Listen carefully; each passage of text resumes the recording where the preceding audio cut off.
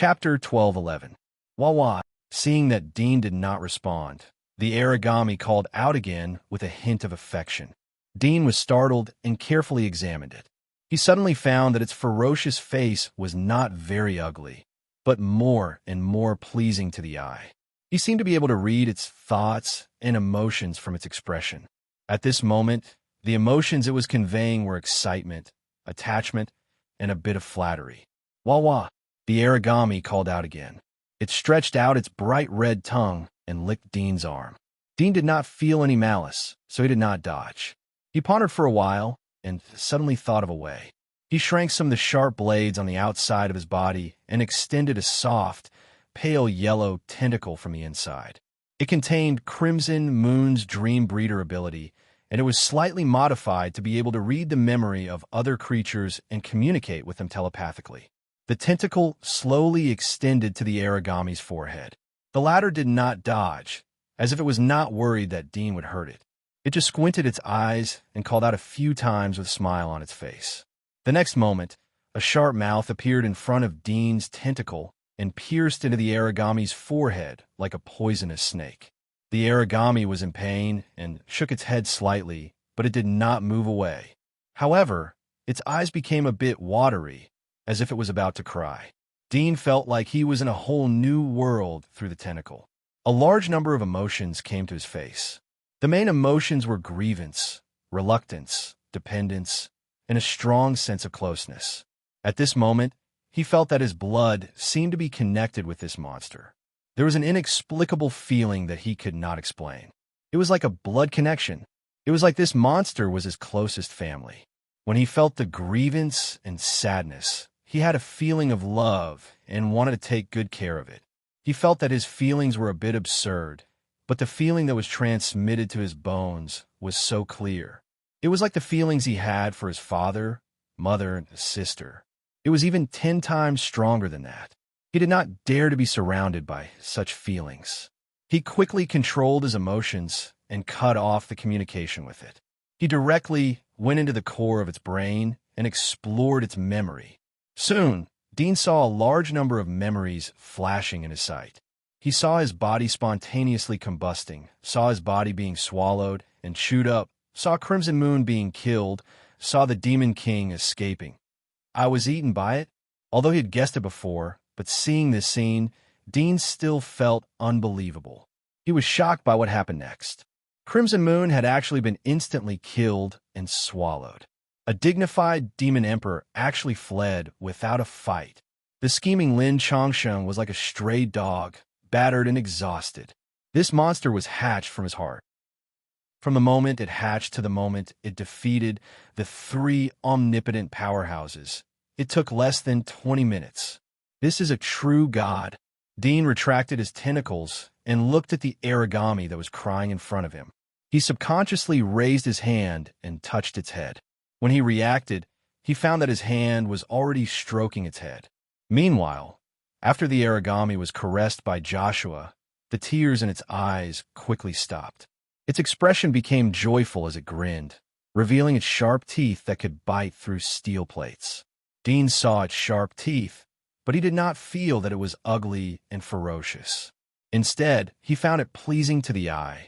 He did not know if it was because of the long period of killing that distorted his sense of beauty, or because he had been dealing with monsters for so long that he was already used to it, numb to it, or some other reason. He retracted his gaze from sharp teeth and said thoughtfully, "It hatched from my heart. My heart was used by Crimson Moon, and the heart that was formed was composed of origami genes. Logically speaking, it should be an origami, but an origami should not be this strong. The body that Lin Changsheng controlled was also an origami, and the Demon King was also an origami, but they were defeated by it when it was just born. Perhaps the heart not only contains origami genes, but also the essence of the icy demon bug and the flaming demon bug. The path to godhood that Burrow researched is a combination of the icy demon bug, the flaming demon bug, the origami, and a human with a special body structure. Many different types of energy are perfectly balanced in the body of this special human. The ice will freeze, the flame will burn, and the origami will self-destruct. Although they are all incomparably powerful creatures, they're all too extreme. Only by achieving a balance, an alternating cycle, can they become immortal. Crimson Moon's experiment was not perfectly implemented in my body, but the heart that was formed naturally formed the most perfect balance. Therefore, what was bred from it was not an origami, but a real god, an immortal creature with a terrifying speed of evolution. It was able to evolve quickly from birth, adapt to various environments, and absorb all external materials to transform into the energy that it needs. Dean's body was shocked when he thought of this. There was an inexplicable feeling that was both awe and excitement, and also a strong expectation. Judging from the current situation, this god that was bred from the heart was very fond of him, and it was very close to him. Could this make it a powerful help for him? The more he thought about it, the more excited he became. He suppressed his emotions and tried to slowly extend his tentacles to the forehead of the origami. This time, it seemed to be more nervous and not as casual as before. When the origami saw the tentacles, it instinctively raised its head. It seemed to know that it would be painful, and it was a little scared. Dean was amused when he saw the appearance of the origami. He thought of the large amount of grievances that he had felt before, and his heart was inexplicably in pain. With the body of the origami, not to mention the little bit of pain just now, even if its body was cut into tens of thousands of pieces, it might not let out a scream. Perhaps it was afraid because it cared, or was it because of emotional pain? The most hurtful thing in the world was not a knife, but words that were like knives. Although it was afraid, the origami did not dodge. Instead, it was like a wronged child, and crystal clear tears appeared in its red eyes. Dean wanted to softly comfort it, but he thought that it could not understand his words, so he slowly penetrated the origami's forehead with the tentacles. It was like a leech sucking blood silently, without the slightest pain. Then he felt the emotions of fear and grievances surging. He tried to communicate and comfort it. It seemed that the tears in the eyes of the origami had quickly dried up, as if it could feel the gentle, comforting thoughts of the origami. At the same time, a lot of information was transmitted to the origami, like countless words. Mother, do you want to eat? Chapter 12:12. Could it be that it was born from his heart and absorbed his genes, which was why it thought so? Dean thought of some beasts and monsters. Most of them did not rely on visual judgment, but smell or sound to identify their children. Perhaps this origami was the same. However, he did not expect that such a terrifying creature was not a cold-blooded creature. Most monsters had the habit of eating their children. Some would even eat the monsters that they mated with. With the power of this origami, it did not need the care of its mother. It could even eat him as food. However, it did not. Instead, it relied on him. Judging from the way it played with Lin Changsheng, this thing is smart and cunning. It could eat me and become the most powerful existence in this world. Dean looked at the grinning origami and his eyes flickered, but it allowed me to get close to it. It didn't even resist when I stung it. If I did out of malice and had the strength to do so, I could have killed it.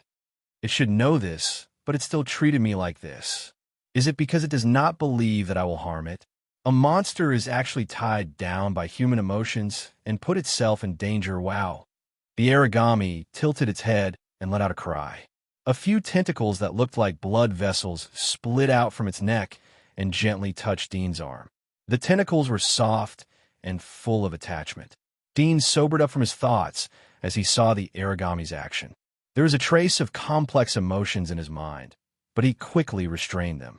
In any case, the situation of the origami was a good thing for him. If he could make good use of the origami's help, then it would be easy for him to trample over the empire and rule the Federation. He quickly had an idea in his mind. He used telepathy to send a few words of comfort to the origami. Then he tried to communicate with it and let it land on the ground. The origami was very obedient and immediately landed on the ground. Dean tried to let the origami split the giant ball in front of him.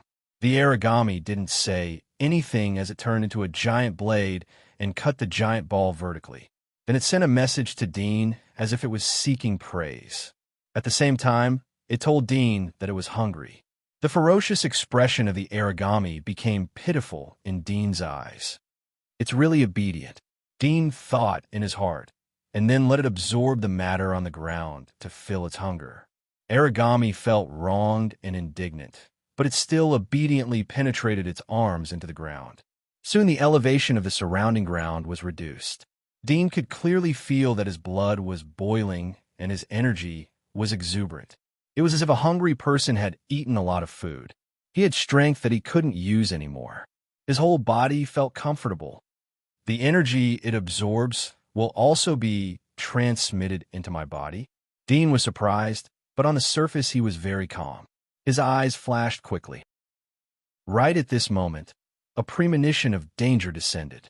Dean could not help but raise his head and look in the direction of the cold feeling. His pupils suddenly shrank. At the same time, the origami that was happily absorbing the substance of the earth raised its head and looked at the same time. Its mouth that was wide open suddenly closed, and its expression changed drastically. It was incomparably ferocious, and its crimson eyes were filled with rage. Nuclear bomb. Dean saw a dozen very shallow black spots whistling in the sky, and he immediately recognized that they were nuclear missiles. He reacted and quickly sent a message to the origami, telling it to dodge. The origami shook its head stubbornly and told Dean that it wanted to completely destroy these things.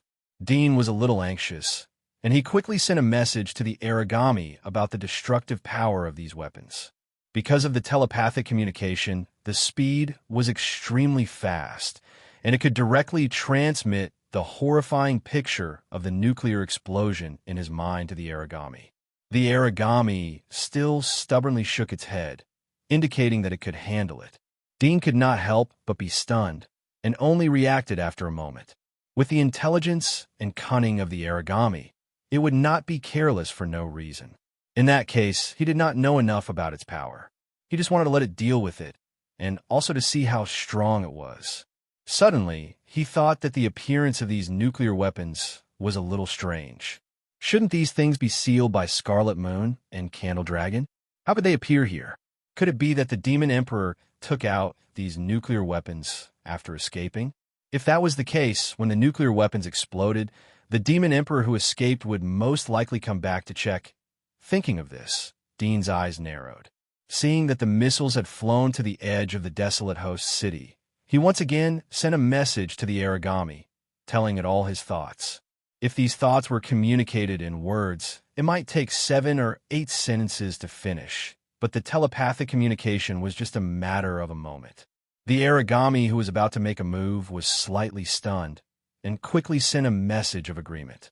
It seemed that this matter was very interesting, and it grinned at Dean, revealing a mouth full of white teeth. Then, with a swoosh, its body shrank into the soil, and at the same time, a magic armor appeared around its shoulder, protecting Dean inside, not letting him be rubbed by the sand. Dean felt a little touched by its thoughtful behavior, and he looked at it. Sensing Dean's gaze, the origami grinned and accelerated its diving speed. In the blink of an eye, it had shrunk to thousands of meters underground. The next moment, a loud rumbling sound came from the surface, and a terrifying force also came through the soil layer, as if a giant mountain was smashing down.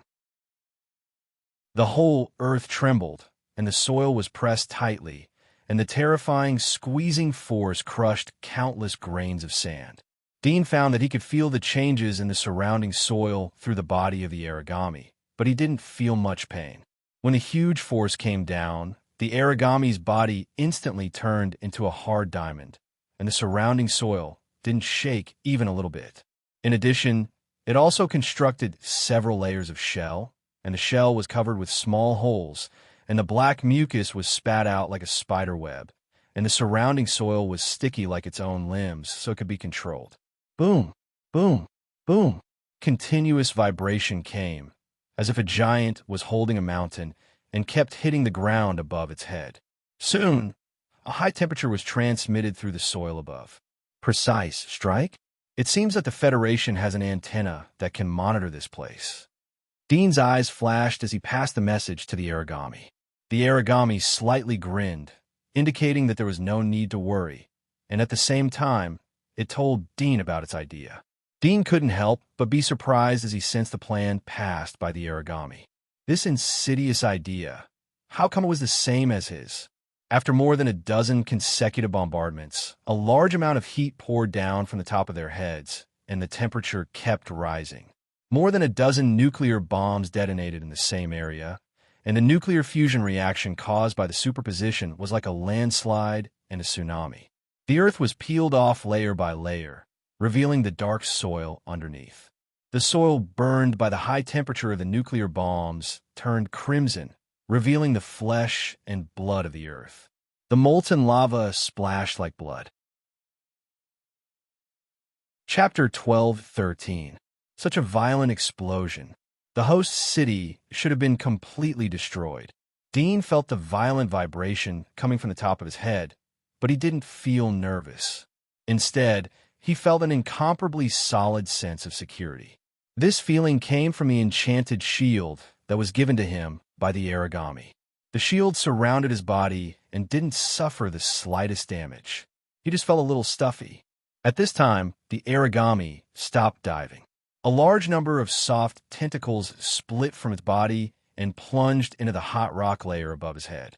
Dean was puzzled. He reacted when he felt a burst of energy in his body. Was this guy absorbing the power of the nuclear bomb? Is the nuclear bomb ineffective against it? Dean was shocked. The adaptability of the origami was too fierce. Could it be that only the high temperature of hundreds of millions of degrees could kill it? After a moment, the vibration of the nuclear bomb gradually stopped. The ground was plowed hundreds of meters deep. The rock stratum that was thousands of meters above sea level was boiling hot. However, Dean and origami who were in the crevice of the rock stratum didn't feel much. In fact, they felt a little comfortable. It seems to have stopped. Dean was relieved as he listened to the movement above. Fortunately, there isn't a nuclear bomb like the Soviet Union's Big Ivan. Otherwise, the adaptability of this guy may not be able to resist it. I don't know if Lin Changsheng didn't create such a nuclear weapon or if the Demon Emperor didn't launch it. He was worried that most of the Federation would be destroyed. The nuclear weapon of the Big Ivan level was enough to destroy half of a country. It could even move the territory of a continent. It was a giant among nuclear bombs and the main killer that caused the cataclysm. In any case, Dean felt that he couldn't continue to sit still and wait for the nuclear bomb. He immediately urged the origami. Wow! The origami responded cheerfully. Suddenly, a lump of flesh split out from its body and turned into its own appearance. However, its body was tattered and scorched black. The origami pushed the separated flesh to the surface of the ground where the explosion happened. Then, it brought Dean to thousands of meters away. Even if the signal of the Federation is good, it shouldn't be able to monitor the situation here. We will be in the Federation when the dust dissipates and we see the corpses. Let's find Lin Changsheng first. Dean's eyes lit up. It didn't matter if it was the Demon Emperor or not. Lin Changsheng was a bigger threat to him, and he would get more benefits after killing him. The Demon Emperor hid in the dark, and it was very difficult to find him. However, Lin Changsheng was different. The Federation was his base, and he couldn't be too far away. Whoosh! The origami brought him underground at an extreme speed. It had demonized into a pangolin-like monster.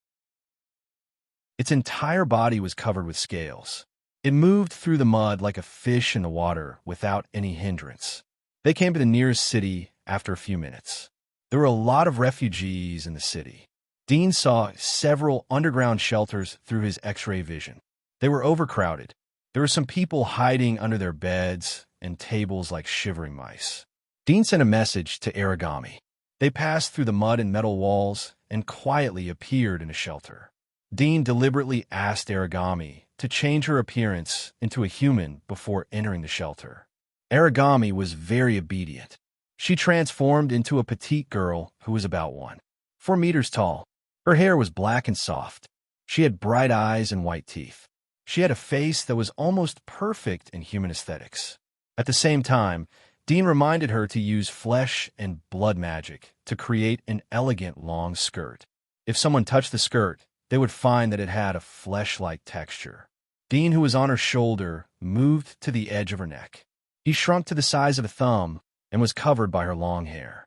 During this process, Dean knew that their relationship was like a symbiotic life. If necessary, he could even completely shrink his body into hers. "Dad, I want Dad." The sound of a child crying echoed. Dean looked over and saw an officer dressed as a guard stride over.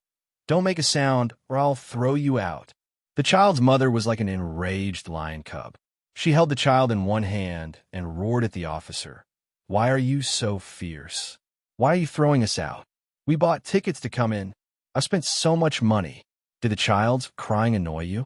The officer's expression was gloomy as he said, "The situation outside is very complicated right now, and there are many more people who want to come in than you can imagine.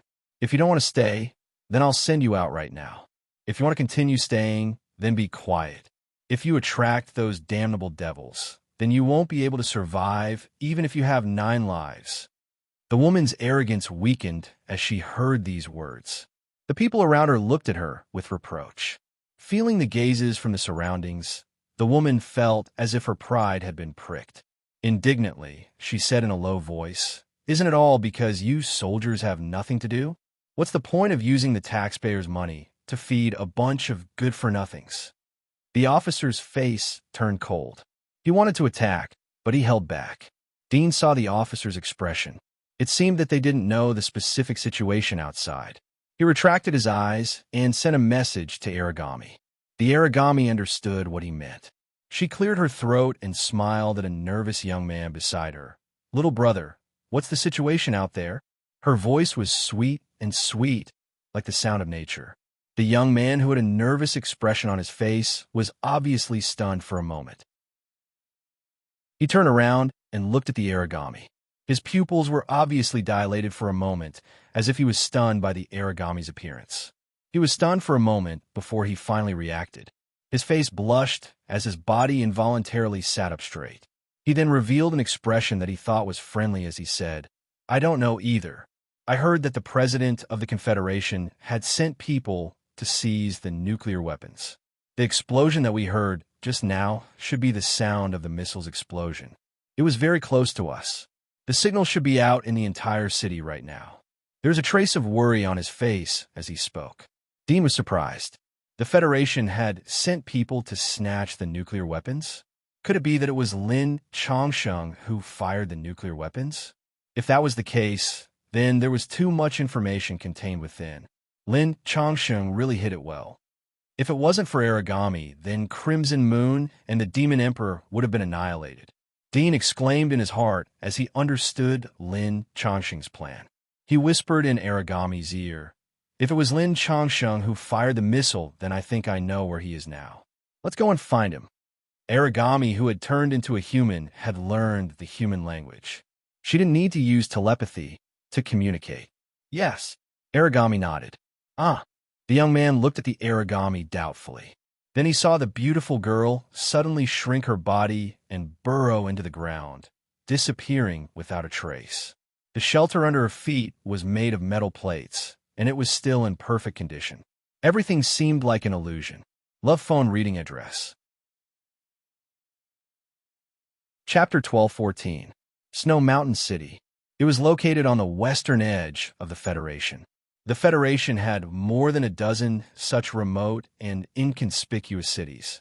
Their economy was generally backward, and their buildings were low. They were ranked at the bottom of the Federation.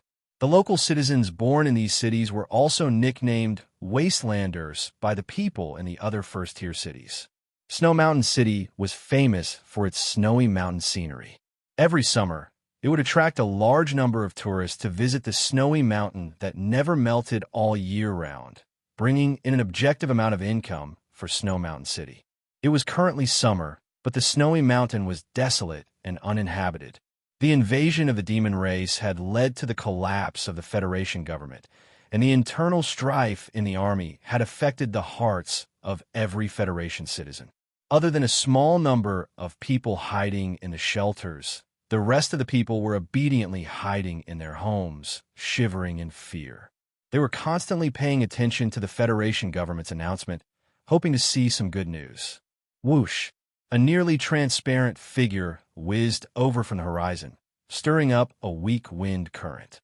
He landed on the great snow mountain like a snowflake, as light as a feather. The blurry light and shadow around his body gradually faded away, revealing Lin Chongsheng's face. He glanced around and suddenly saw a few youths sneaking around the cable car. After a closer look, he realized that they were actually preparing to pry open the cable car and steal it to sell. It was just a false alarm. He let out a sigh of relief and waved his hand. The snow on the ground rolled up and turned into several steel needles that shot out, instantly piercing through the excited and busy youths. They didn't even have time to scream before their bodies trembled and stiffened on the ground. Lin Chongsheng didn't even bother to look at them. After getting rid of a few eyesores in passing, he shook his body and transformed into a four-limbed, snow-white little critter. He dived into the snow and climbed quickly. Very soon, he dived into the bottom of the snowy mountain. The snowy mountain stretched for 300 miles, and the highest peak was around 3,000 meters. At this moment, Lin Chongsheng had dived all the way from the top of the main peak to the bottom, and he continued to climb for around 500 meters before stopping. At this time, a metal wall appeared in front of him, blocking his way. Its structure was the same as the underground base of the host city, made from the materials of the demonic insect spaceship. His figure gradually turned incorporeal and melded into the metal. After passing through the orange-yellow world, he arrived at the interior of the metal wall. This was a huge warehouse, and a large number of missiles and mechanical warriors were displayed. Every mechanical warrior was made from the most advanced technology of the Federation, and they could instantly kill the Abyss and rival the kings. Unfortunately, although the destructive power of these mechanical warriors was terrifying, the energy they required was even more terrifying. Although Lin Chongsheng had pushed for the development of energy technology, and the energy source had already been upgraded many times, it was still unable to meet the needs of these mechanical warriors. They could only be activated for a short period of time, and could not fight for a long time like the kings. Therefore, they were sealed here, and only the huge energy source in this base could allow them to fight and squander freely. Lin Chongsheng quickly walked to a huge instrument that looked like a giant tree and asked, "How's the situation? Did you kill it?" A hologram of Lin Chongsheng was projected on the huge instrument. His expression was cold and rigid as he said, "The situation in the explosion area is still being scanned. The signal interference is too severe. It will take another 1 minute and 32 seconds for the result to come out." Lin Chongsheng frowned slightly, but he also knew that it was useless to be anxious. He muttered to himself, "The explosion should be able to attract the attention of Aphenius. If that guy goes back to check, don't let him get away with it. No, I have to prepare a second wave of missiles." The hologram said expressionlessly, "What about the machinery hive mind? Was it damaged?" Lin Chongsheng shook his head. "It's in my body, so I won't take it out for the time being. If Aphenius appears, I'll need to borrow the power of the machinery hive mind to get rid of him and eliminate any future troubles. Now that the blood moon is approaching, I have to settle everything before the blood moon arrives. Otherwise, I might not be able to hide this time." According to the analysis, the probability of Aphenius turning back to check is 17. 5%. The probability of him following you from afar is 31. 9%. And the probability of him leaving directly is 50. 6%. The hologram said indifferently, "Following me?" Lin Chongsheng was stunned. His heart suddenly broke out in a cold sweat. He felt a chill on his back. He did not think of this. He immediately released his senses and spread it out of the base, extending it to the snowy mountains outside. When he did not see any suspicious traces, he let out a sigh of relief. It was only a 1 in 3 possibility. It seemed that Aphenius did not choose to follow him. Or perhaps after seeing the strength he displayed, he knew that it would be difficult to defeat him even if he caught up to him, so he directly left. It seems that he is still not as brave as his father. Unlike his father, who went to the deep sea of the Pacific Ocean alone to kill that white abyss amidst hundreds of millions of sea beasts in order to become a god. Lin Changsheng shook his head. He felt pity for Aphenius. This might be his last chance. Once he killed this origami and obtained its genes, he would become the strongest life in this world, the one and only god. By then, even if the blood moon came, what was there to be afraid of? The situation has been scanned. I'll send it to you on the screen. The hologram suddenly said. Lin Changxing nodded. A scene of smoke and dust covering the sky appeared on the big screen. From the gradually dissipating dust, he could see that the ground was scorched black like the magma of an erupting volcano. There was a huge ravine that divided the land. There were occasional snowflakes on the screen. The image that was analyzed was not very clear. Soon, Lin Changxing saw the scene at the core of the explosion. Suddenly, Lin Changxing noticed an extremely inconspicuous black dot. When he looked closely, he realized that it was a burnt corpse. A corpse? A thought appeared in Lin Changxing's mind. However, he quickly felt that something was wrong. After thinking for a while, he could not help but laugh coldly. This beast still wanted to play tricks on him. It was too stupid to use the same trick twice. However, he had already confirmed in his heart that this origami was not dead.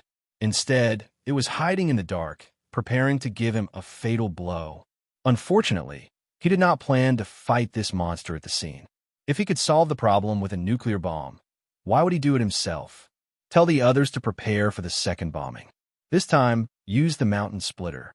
Keep bombing until the place is completely blasted. Lin Changxing ordered. The hologram said coldly, according to the analysis just now, if this origami is not dead, there is a 93% chance that it had hidden underground before the bombing. If the bombing continues, it will notice that I have seen through its intentions and leave. Then, we will not be able to find it anymore. Lin Changsheng said coldly. I know. The bombing is just to tell it that my attention is there. If it leaves, the first place it will go is the nearby city. Now, activate the surveillance network immediately. Check every suspicious existence. Once the target is locked, prepare to activate the 100 million ton myth. It doesn't matter even if it is completely wiped out. From the corpse of the bait, we can obtain its genes. Through the surveillance network set up by the Confederation, as long as the origami sneaked in, he was confident that he could definitely find out its disguise. Although this origami was cunning, his computer had never made a mistake. As long as the target was locked on, it would be 100% real. Activating the surveillance network requires the insertion of the mechanical heart. The hologram said. Chapter 12:15. I'll give it to you. Lin Changsheng reached into his chest, and a moment later, he took out a magical metal that looked like a Rubik's Cube. The color of the metal was silver, but it was also slightly transparent. It also seemed to have a fluorescent blue color, and it seemed to be constantly changing colors. This fist-sized thing was the core engine of the Federation mainframe, which could drive the Federation mainframe to perform billions of calculations per second. Prepare to insert. The shadow's eyes flashed as it said indifferently. Two metal coils extended out from the enormous tree-like machine at the back, sucking up the mechanical heart and sending it into a groove in the center of the machine to load it. A moment later, the Phantom seemed to have received a message from the mainframe and said to Lin Changsheng, the entire network surveillance has been activated. Currently searching for suspicious, unfamiliar faces. Results will be available in 48 seconds. Lin Changxing nodded. If this monster appeared in the Federation, it would either appear in the form of a monster or demonize into a human. If it was a human, he could look for unregistered residents on the household register and choose from them. If the monster ate someone and transformed into that person, then the second step would be to look for abnormalities in their behavior. With the computing power of the mainframe, it would not take long for the results to come out. A moment later, the shadow said, no suspicion on unregistered residents and no suspicion on unfamiliar faces.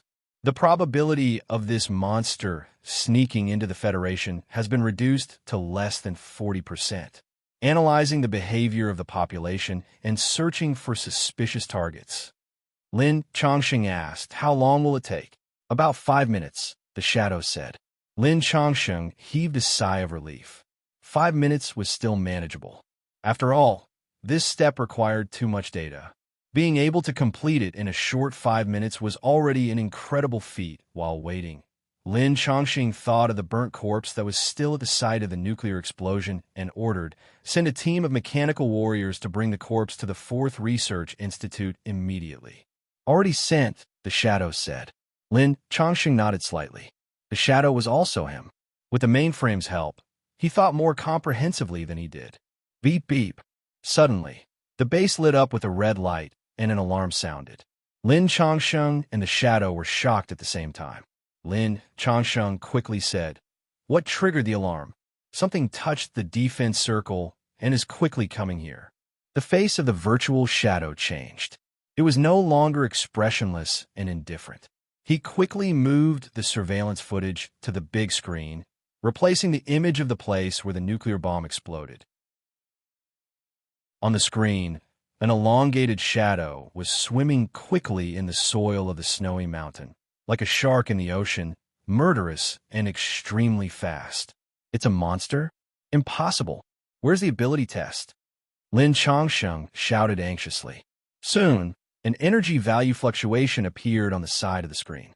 At this moment, the energy value was blood red, which meant that the energy value had exceeded the upper limit of the detector. "It's him. It's that monster." Lin Chongqing found it hard to believe. His expression was incomparably ugly. "How did it find out about this place? It's impossible that I didn't lose it.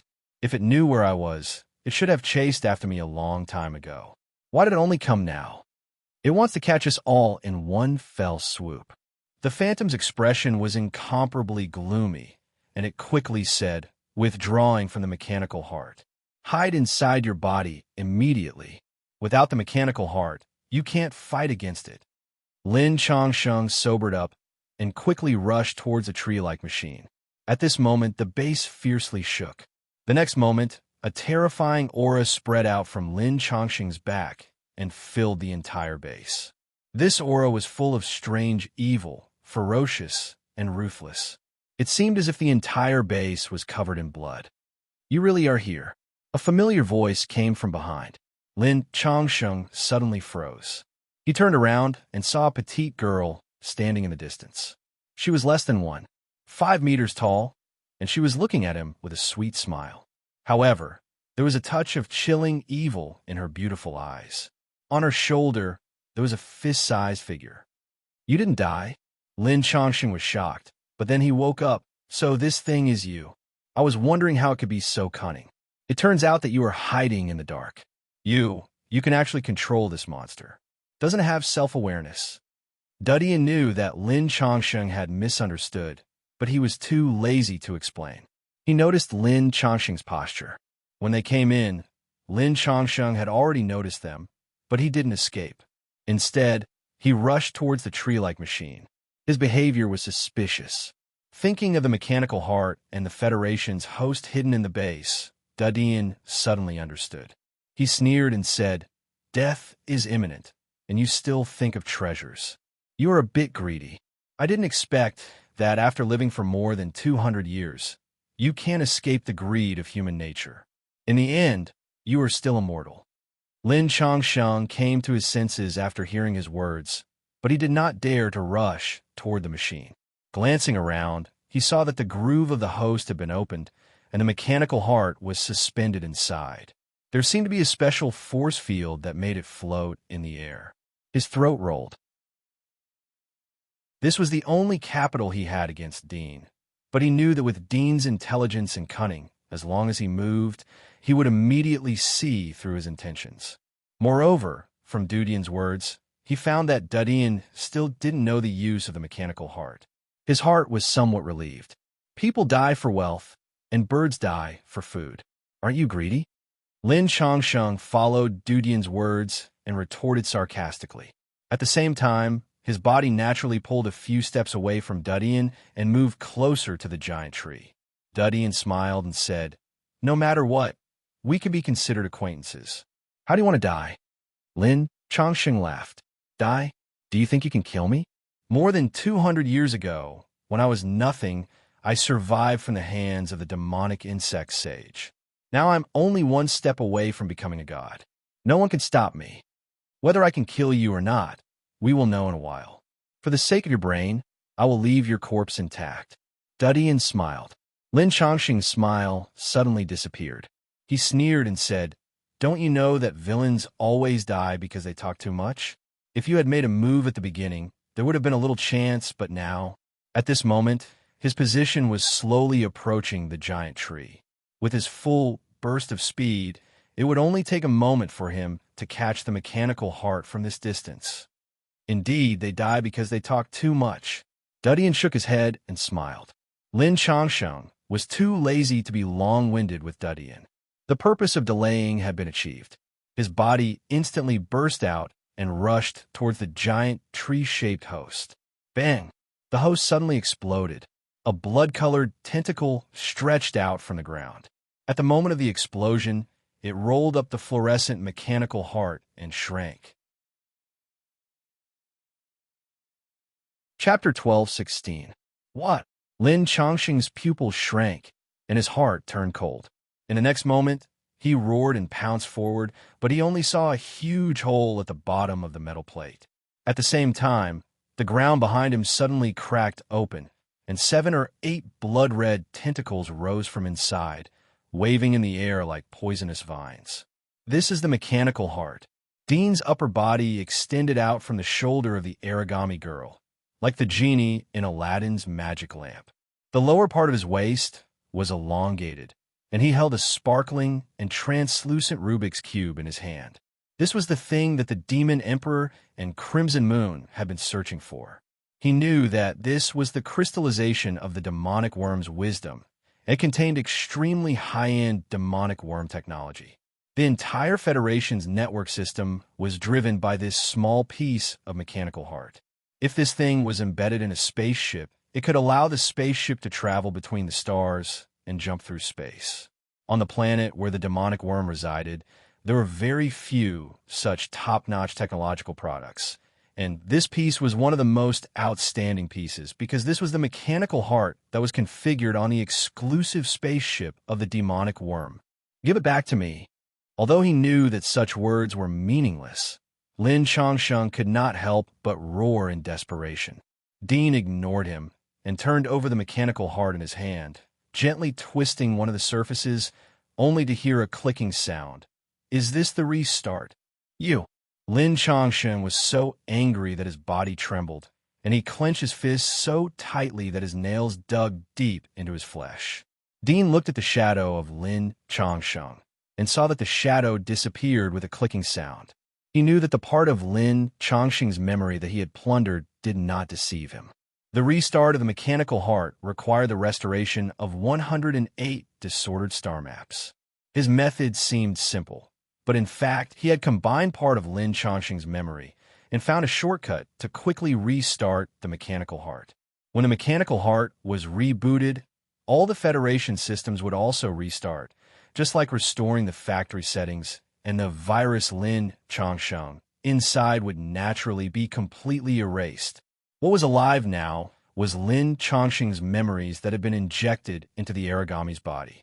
To be precise, Lin Chongsheng was already dead, and this origami was only living in Lin Chongqing's way. "You really shouldn't talk so much in the face of death." Dean shook his head and smiled. "If you had gone to get this thing and used the mechanical warriors to stop us, then you could have bought some time. Unfortunately, you wanted to play tricks with me. You gave me time to decompose the metal structure of the base and assimilate it. How could you be so stupid? You..." Lin Chongqing's eyes were blood red, and his body was trembling with anger. Although Dean's words were extremely sarcastic, but he knew that what Dean said was true. If he had rushed over right from the start, he might have had a chance to obtain the machinery heart.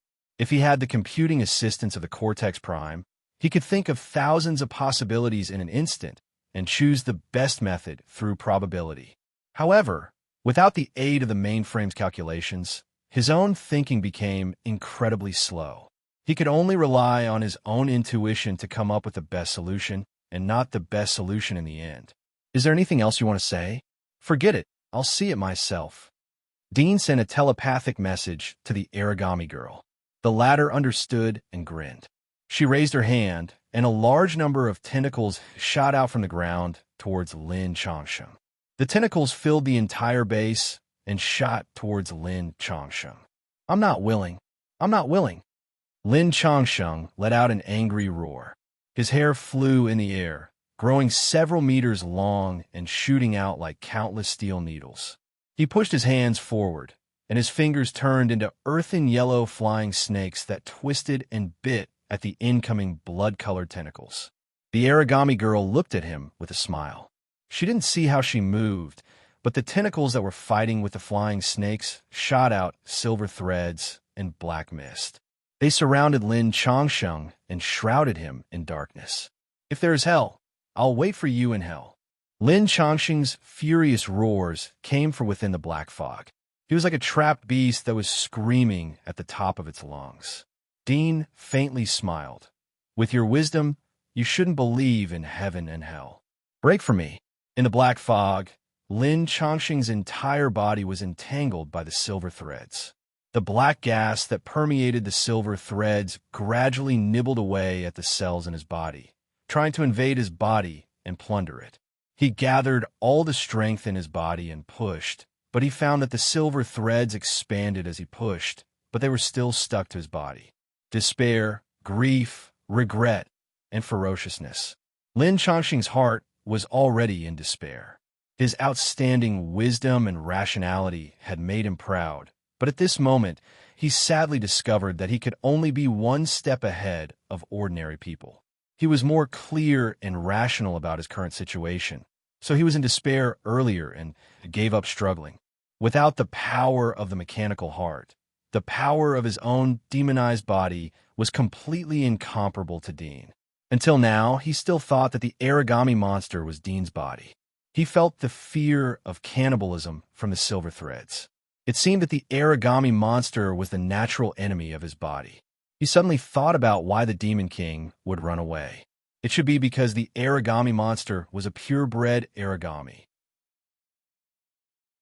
How did you know that I would be here? Did you take away the part of my memory? Impossible. There is no such thing in my memory. I built this new base.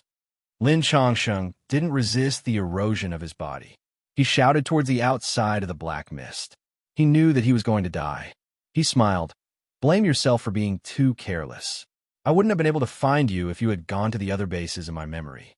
But I guess you wouldn't have chosen to go to those bases. You would have built a new base. I know the location of the other bases. Although I can temporarily hide, but if I can't find you, then I will go to those places to search. So it is necessary to build a new base. Where's the most suitable place to build a new base? You have to think about it carefully. Since you are forced to build a new base, it means that the situation is the worst. So the location of a new base is not suitable to be built in the main city where the 4 major families are located. It is also not suitable to be built in bustling places. The Federation must have fallen into the hands of others. It is easy to be exposed in bustling places. Therefore, you can only choose a deserted place. Unfortunately, you have built too many bases. In that memory, you have considered many cities. Only this snowy mountain city and 7 other remote cities were not considered. Therefore, according to that memory, you can choose one of the 8 cities as your new base, avoiding the cities that you have considered in that memory. Snow Mountain City is remote, and the snowy mountain is suitable for storing nuclear weapons. The reason why I found this city was mainly because of the invasion of the demons. Among the 8 cities, only this city didn't send mechanical soldiers to participate in the war. They didn't directly surrender either. Instead, they relied on some weak city defense forces and a group of hot-blooded mecha operators to fight. You're trying to avoid arousing suspicion, so there are no mechanical soldiers stationed in this city. Lin Changsheng's face turned ugly, but there are no mechanical soldiers stationed in other cities. Why did you think of this city? Of course it is the terrain. Dudeen smiled. Snow Mountain City is the furthest from the host city on the map. Lin Chongqing's heart ached.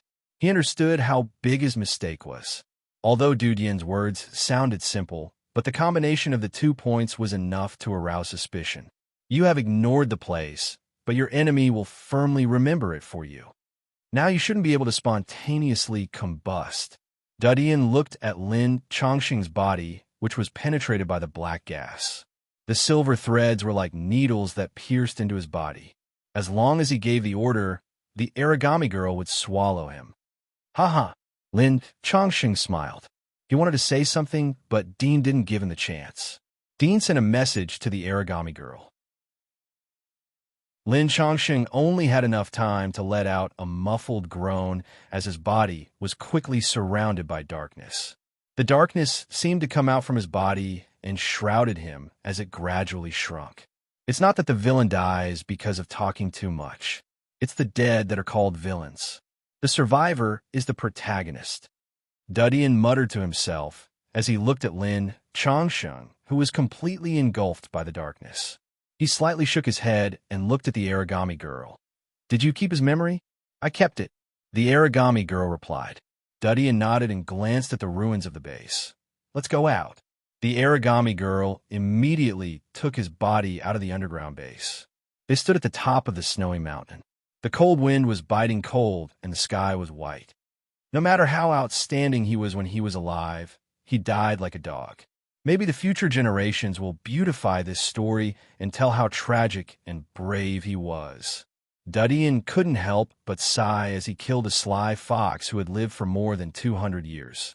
But I'm here, so he can only be a clown in the history of the Federation. The history of the Federation should be changed.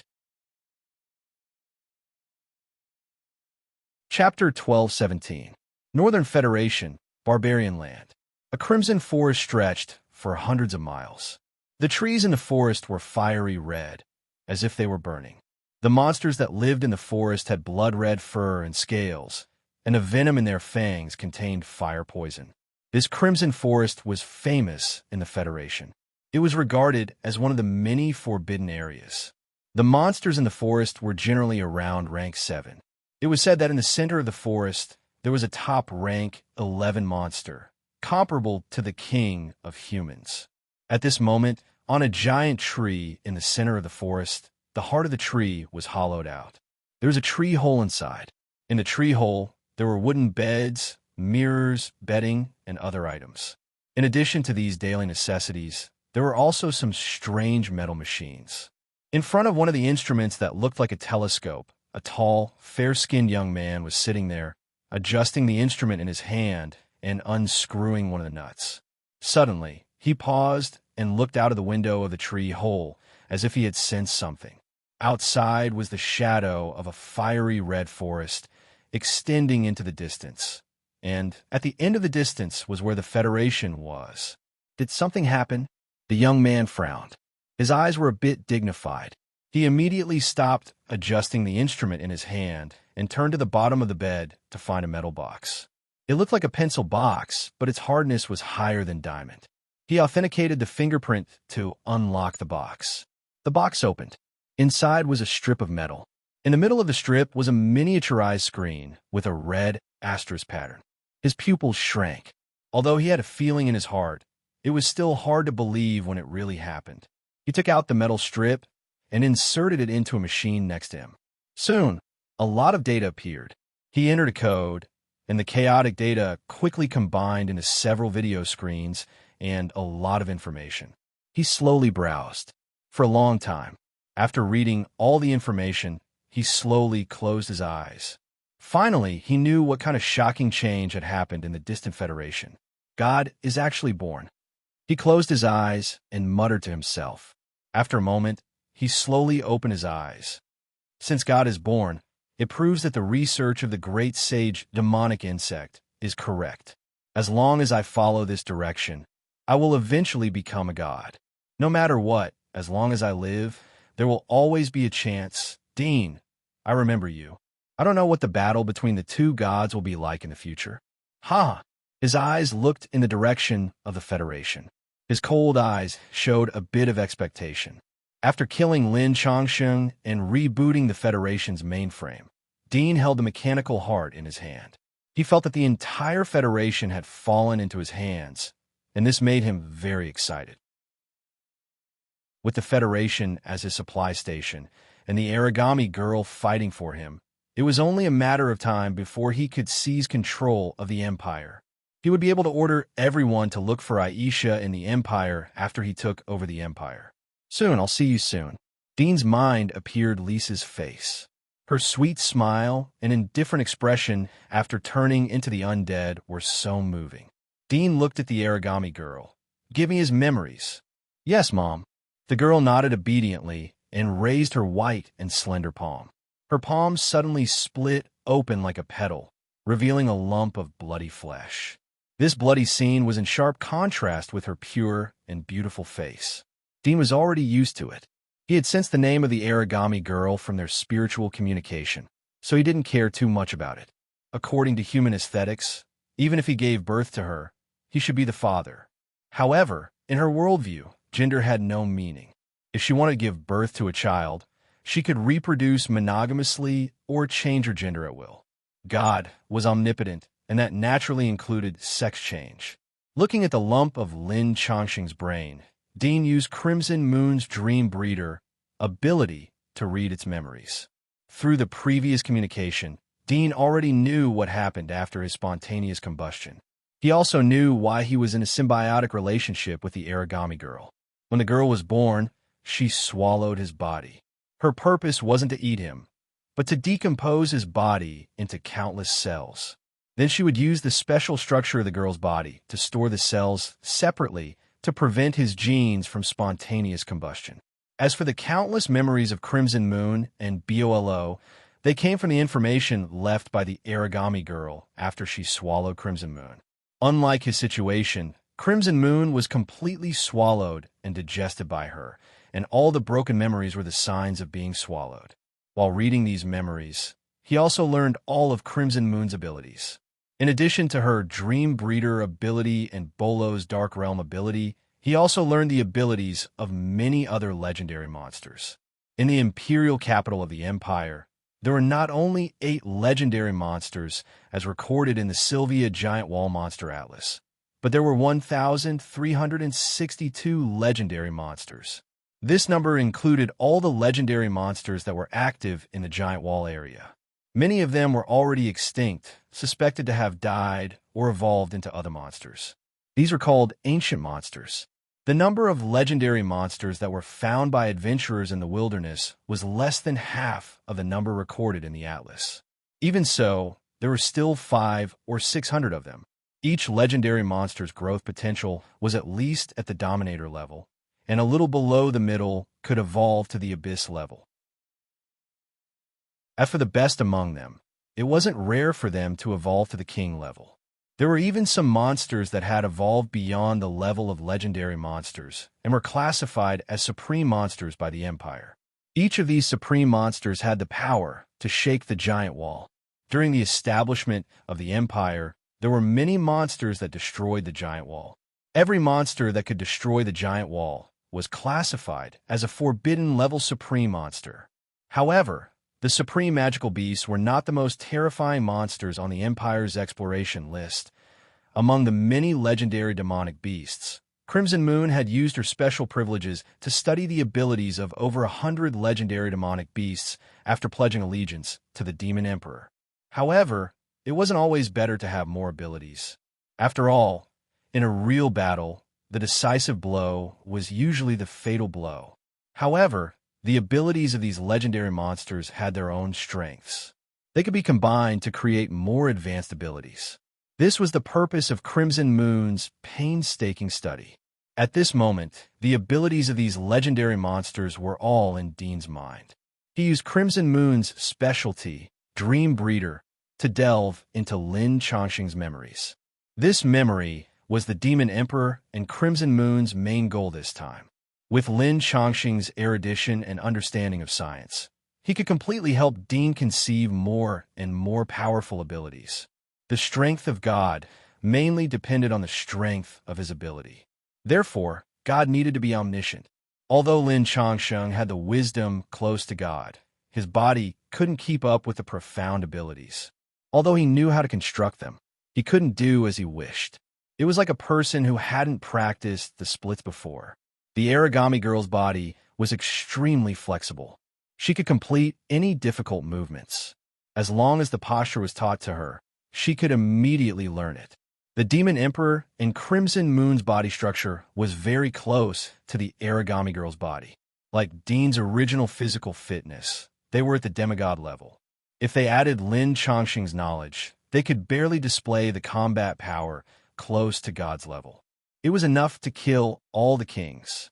As for the true God, in the eyes of the demon insect, Lin Changsheng, and the Demon Emperor, it was just an existence that they pursued and yearned for. It was an ultimate form of life that could be achieved in theory. Even if the scientific theory of human could cross the solar system, explore the universe, and colonize various planets, it would take many years for humans to reach the moon. As for the colonization of the solar system, it was even more unattainable. It would take countless years. Chapter 1218. Dean sorted out Lin Changsheng's memories. There was a huge amount of information inside. It was 1,000 times more than the memories of ordinary people. Even Crimson Moon's memories from the origami girl was far less than 1% of Lin Changsheng's memories. Crimson Moon's memories had a lot of useless hypnotic memories woven by BOLO. Even so, it paled in comparison to Lin Changsheng's memories. Although Lin Changsheng had lived for more than 200 years, his memory capacity was only twice that of an ordinary person's. However, Lin Changsheng's days in the virtual world were too colorful. Through the virtual world, he could read anything that was happening in the Federation. All the major news, the private affairs of certain influential figures, or the dirty dealings of the underworld were all seen by him. For ordinary people, most of the days of life were monotonous and repetitive. They would wake up, eat, finish day after day's work, and rest. They would be like a clockwork robot. It was extremely boring. But for Lin Changsheng, every day was different. He could see interesting things at every moment. When he encountered a problem, he could think of thousands of ideas in a second with the help of the AI. Although he had discarded the useless ideas, Dean dug out all of them when he read his memories. They were scattered and needed to be sorted out slowly. 5 days passed in the blink of an eye. Dean finally accepted all of Lin Changsheng's memories. He knew what kind of person Lin Changsheng was from an all-around perspective. There was even a moment when he thought of himself as Lin Changsheng. However, in order to prevent Lin Changsheng from using Bo Luo's technique, he had made preparations in advance. He quickly came to his senses and felt that everything that Lin Changsheng had experienced was like a passing cloud. His feelings were no longer as deep. The blood moon is coming. The demonic insects will reappear. Dean squinted his eyes and looked up at the sky. It was noon. Heavy snow was falling from the sky. The snowflakes were sticky with nuclear dust. Although the host city was far away from here, the impact of the nuclear explosion had affected more than half of the Federation's environment. Several days of heavy snow had shrouded the Federation. The nuclear radiation in the snowflakes had a great impact on newborns and pregnant women. This year, the Federation had given birth to millions of children, and most of them were deformed. Although it was broad daylight, Dean's supervision could see a silver moon looming in the sky. Who would have thought that the moon that had illuminated the earth for countless years was the source of their nightmares? Lin Changsheng had been preparing for the descent of the blood moon for more than a decade. This was the calamity that Lin Changsheng was most afraid of. Every time the moon turned crimson, the murderers that had nearly wiped out humanity, the demonic insects, would once again descend upon Earth, and the place they would descend upon would be the Federation. If Lin Changsheng was the demonic insect's experimental subject, then the entire Federation was the demonic insect's incubator. The billions of citizens of the Federation were not Lin Changsheng's private property, but the demonic insect's private property. The demonic insects were the true rulers of the Federation. As for Lin Changsheng, he was just a substitute that the demonic insect had snuck out of Earth to take over. If the demonic insects knew that he was still alive, they would definitely reactivate the machinery hive mind and kill him. The one that replaced the demonic insects to manage the Federation was actually the AI. However, Lin Changsheng had already invaded and destroyed the intelligence system constructed by the demonic insects, and the current intelligence system was a complete replica created by Lin Changsheng. It was worth mentioning that the replica intelligence system had managed to deceive the demonic insect sage who had come to examine it during the 2 previous blood moons and demonic insects' descent. Now was the 3rd time that the blood moon descended. Lin Changsheng felt that it would be more difficult for him to deceive it this time. Therefore, he had been preparing for more than a decade to seize the bodies of the demon emperor or the 2 dragon lords of the fire dragon country to become a god. In this way, even if the demonic insect led an army to descend, it would be difficult to cause any harm to him. Instead, it would become his prisoner. The demon emperor and candle dragon lord's attack on the Federation was actually secretly facilitated by him. Dean only knew about this after reading Lin Changsheng's memory. He couldn't help but be aghast. If it wasn't for him and Crimson Moon's existence, the demon emperor and candle dragon lord would have all been buried here. Unfortunately, when Lin Changsheng's plan was about to be completed, he discovered Dean, who had sneaked into the Federation. Therefore, Lin Changsheng slowed down his plan and prepared to become a god through Dean's body.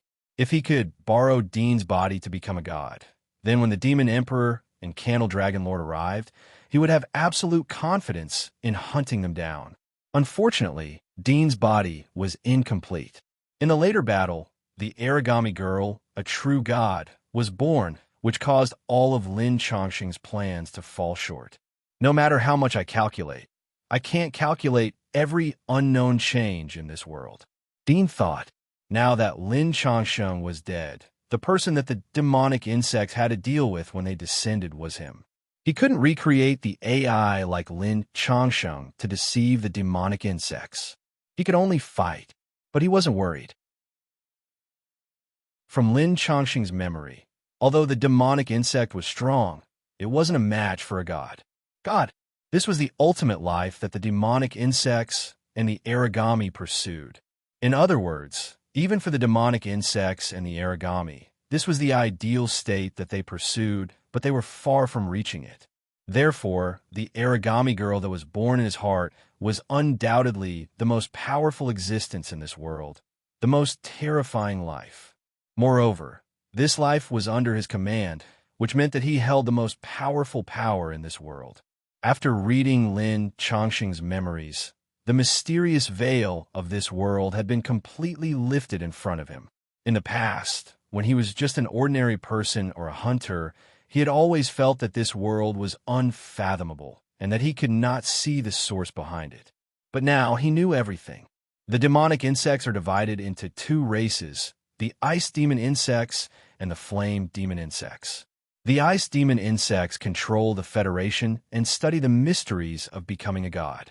The flame demon insects rule the fire dragon country and also study the mysteries of becoming a god.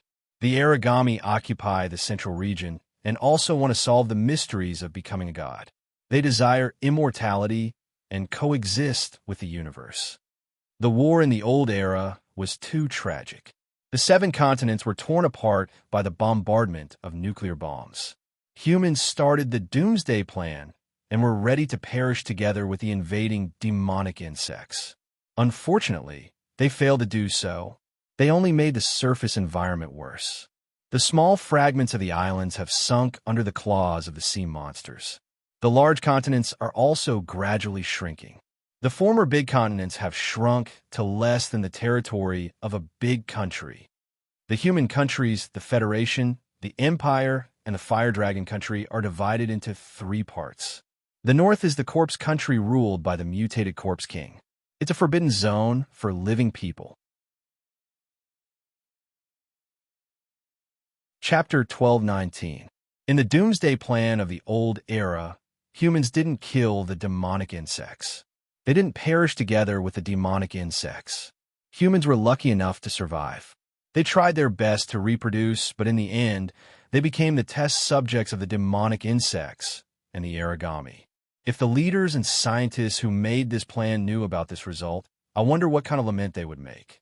However, the nuclear explosion had caused great damage to the demonic insects and the origami. Although they weren't completely destroyed, they were greatly weakened. The main forces had evacuated from the Earth, and only the base was left to continue the experiments. The world that Dean saw from Lin Chongqing's memory was completely different from the world that he saw in Sylvia. In Sylvia, people believed in the origami. There were countless bards who sang praises for the origami. They sang about its virtues and their own stories and legends. The giant wall was engraved with the statue of the goddess of Sylvia to protect people from the invasion of the demonic insects. All of these made people firmly believe that the origami used to fight against the demonic insects for mankind. They were the protectors of mankind. Even the history of the giant wall was recorded as such. But in fact, the origami did fight against the demonic insects. They fought fiercely, but it wasn't for mankind. It was for the delicious cake that was the earth.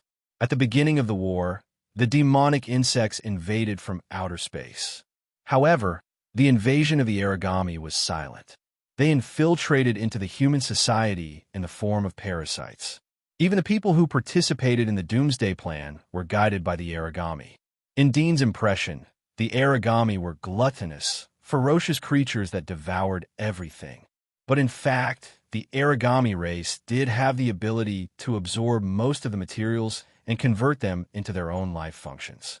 But they weren't stupid. On the contrary, they had an extremely high IQ. If the IQ was measured in the human way, then the origami's intelligence was generally higher than that of humans. However, their planet was too barren. They needed too many materials for their own activities. That was why they had to plunder other planets. It was like if one day the population of the Earth expanded and the food produced wasn't enough for humans to eat and drink. There would be famine and a large number of people would starve to death. But before such a situation occurred, countries would develop family planning policies in advance to prevent such a tragic thing. However, the origami were different from the humans. They would suffer from famine as well, but they would not starve to death so easily. Every origami could absorb anything and everything around them. They would eat trees, water, and soil. They would eat everything on the planet, just like a swarm of locusts. Moreover, the lifespan of origami was extremely long.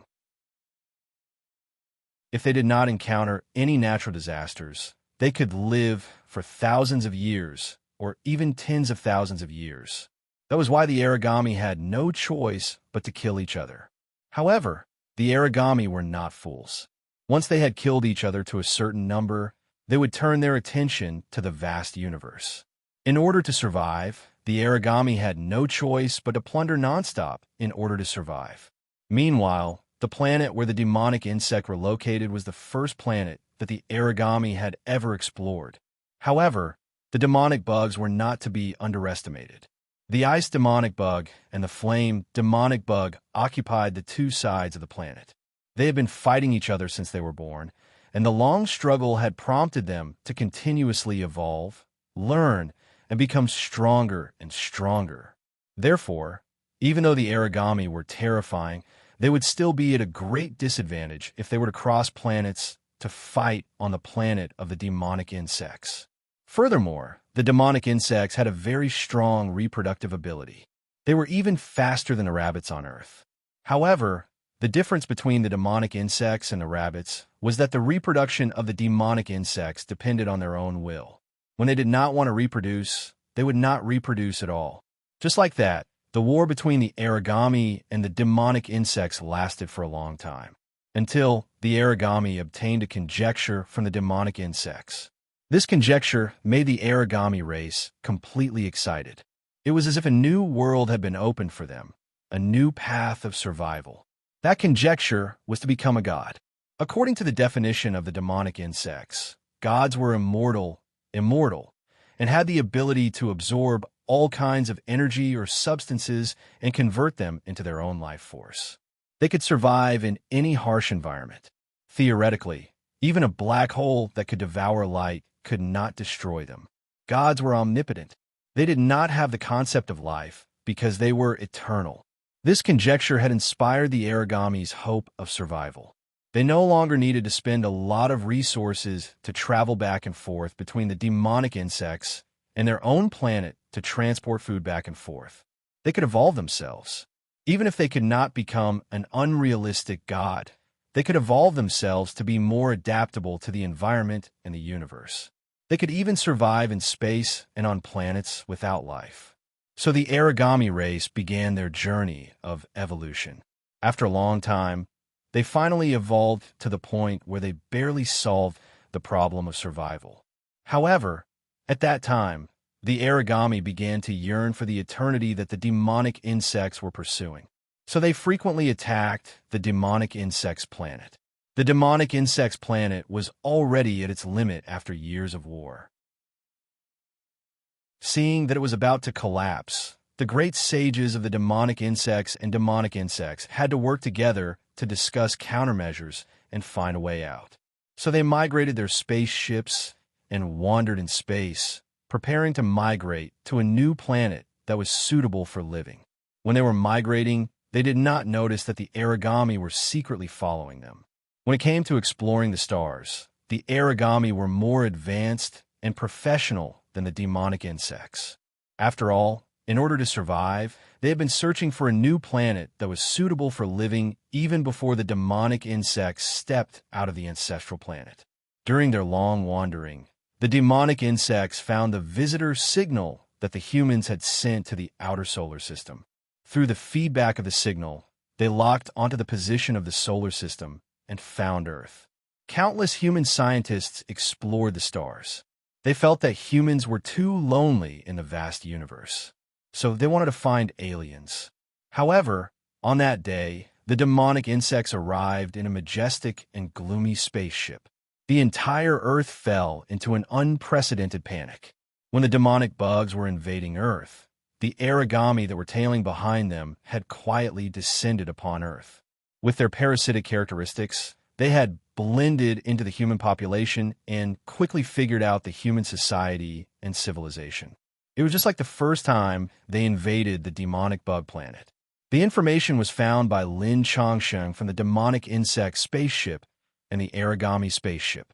There were some incomplete spaceships of the Aragami and the demonic insect spaceships all over the Earth. Dean still remembered the scene of the demonic insect's arrival.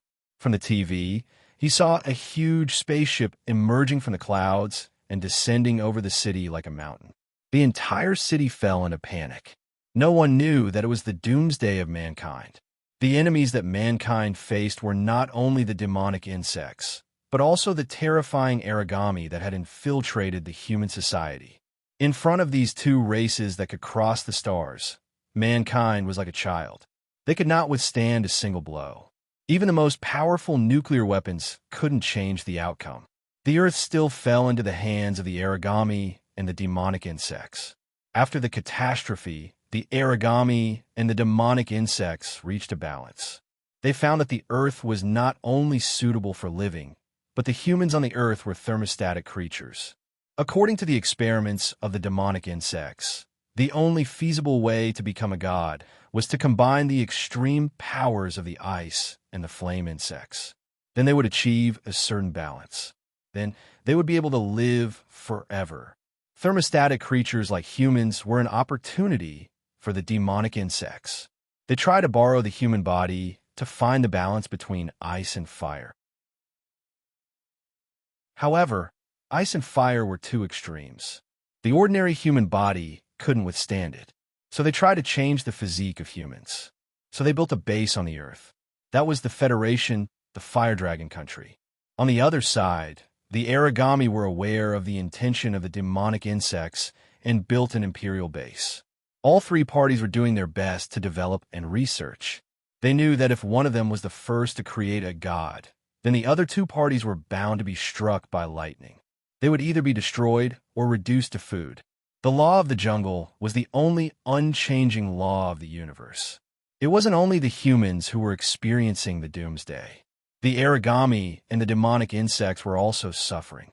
Countless other animals on the earth were also in this doomsday. Where was the true face of the virus? Who would be able to stay out of trouble? It was estimated that the King of Darkness would end at the end of the month. Well, it might end on the 4th or 5th of the next month. It depended on the degree of diligence. Chapter 12:20. The so-called divine fetus is suitable for balancing the body of the ice and fire monster. It is also the purpose of the monster and the origami. That's why there is a monster research institute in the giant wall. On the surface, it seems that they are studying the effect of the monster and magic marks on hunters. But in fact, they're studying human beings. More than 200 years ago, Lin Changsheng was the only one who succeeded in the sage ice demonic insects experiment. However, he was lucky enough to deceive the sage ice demonic insect and hid his consciousness in the virtual world, while his body was taken away from Earth by the sage ice demonic insect. My body is also a divine fetus, but when I was born, the monster hadn't come to the Earth yet. Dean recalled the memory of his birth. There was some pain in his heart. Although he didn't want to remember and believe it, the scenes told him that he was created and not conceived by the mother. His birth came from the pursuit of longevity of life. He was a human's experiment, but he met the needs of the ice and fire monster and became a divine fetus. His creator, his father, froze him for personal reasons when the human race was about to be destroyed. He hoped that he could be the last spark of the human race and pass on the civilization. But in the world 300 years after his awakening, human beings still existed. They were spread all over the earth. It was not like what his father had imagined. Even without him, the inheritor, they were still living a good life. They were singing and dancing in the giant wall. On the contrary, he was struggling to survive in the human world after the catastrophe. So he woke up. The world didn't need him. It could still run. He wasn't the savior of the world. No one would care about such an inconspicuous person like him becoming the savior of the world. And he himself had long extinguished the idea of being a hero to save the world. The many experiences brought by the trajectory of life promoted the growth of people. From a naive and rebellious teenager to a sophisticated and docile middle-aged man. It was a kind of sadness, but no one could change it. It was like the law of the earth around the sun. It was irreversible. And he enjoyed it. Now that Lin Changsheng is dead, the Federation is a group of dragons without a leader. Let's recover the Federation first and then chase after the Demon Emperor. Let him prepare and catch him in one fell swoop. Dean thought of the current situation. The world that used to be hazy was now completely clear in his eyes. The three major forces divided the world into three parts. The monsters in the Corpse Kingdom were nothing to worry about. It was clear how to deal with and consider. This was because he was standing at a high position and could see far, but it also made him lose interest. Some things were painful to see too clearly. Before we reclaim the Federation, I'll separate my body first. Dean glanced at the origami girl. Through telepathy, he knew that they were in the same community, but it was not a pure symbiotic relationship. No one could leave the other. One had to know that when this desolate god girl was born, she came out from his body. Even without him, the desolate god girl could still live. However, he who had spontaneously combusted was definitely going to die. In order to preserve his life, the desolate god girl used her own body to nourish him. Because he did not have a heart, once he left the desolate god girl, he would quickly die. There were only two ways to break away from such a community relationship. The first way was to become a god. In this way, all the problems would be easily solved. But after reading Lin Changsheng's memory, Dean found that it was almost impossible for him to become a god. It was even more difficult than solving the problem of the walking corpse virus, because he did not have a heart. His body was incomplete and not qualified as a god's fetus. So the power of the ice firebug and the power of the desolate god could never reach a balance in his body.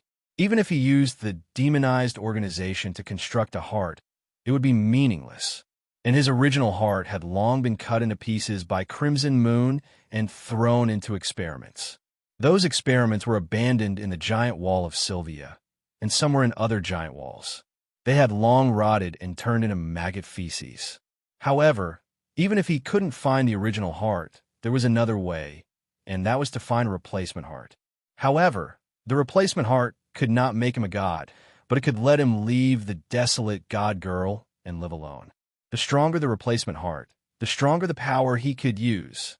And right now, there was an excellent replacement heart, and that was the mechanical heart.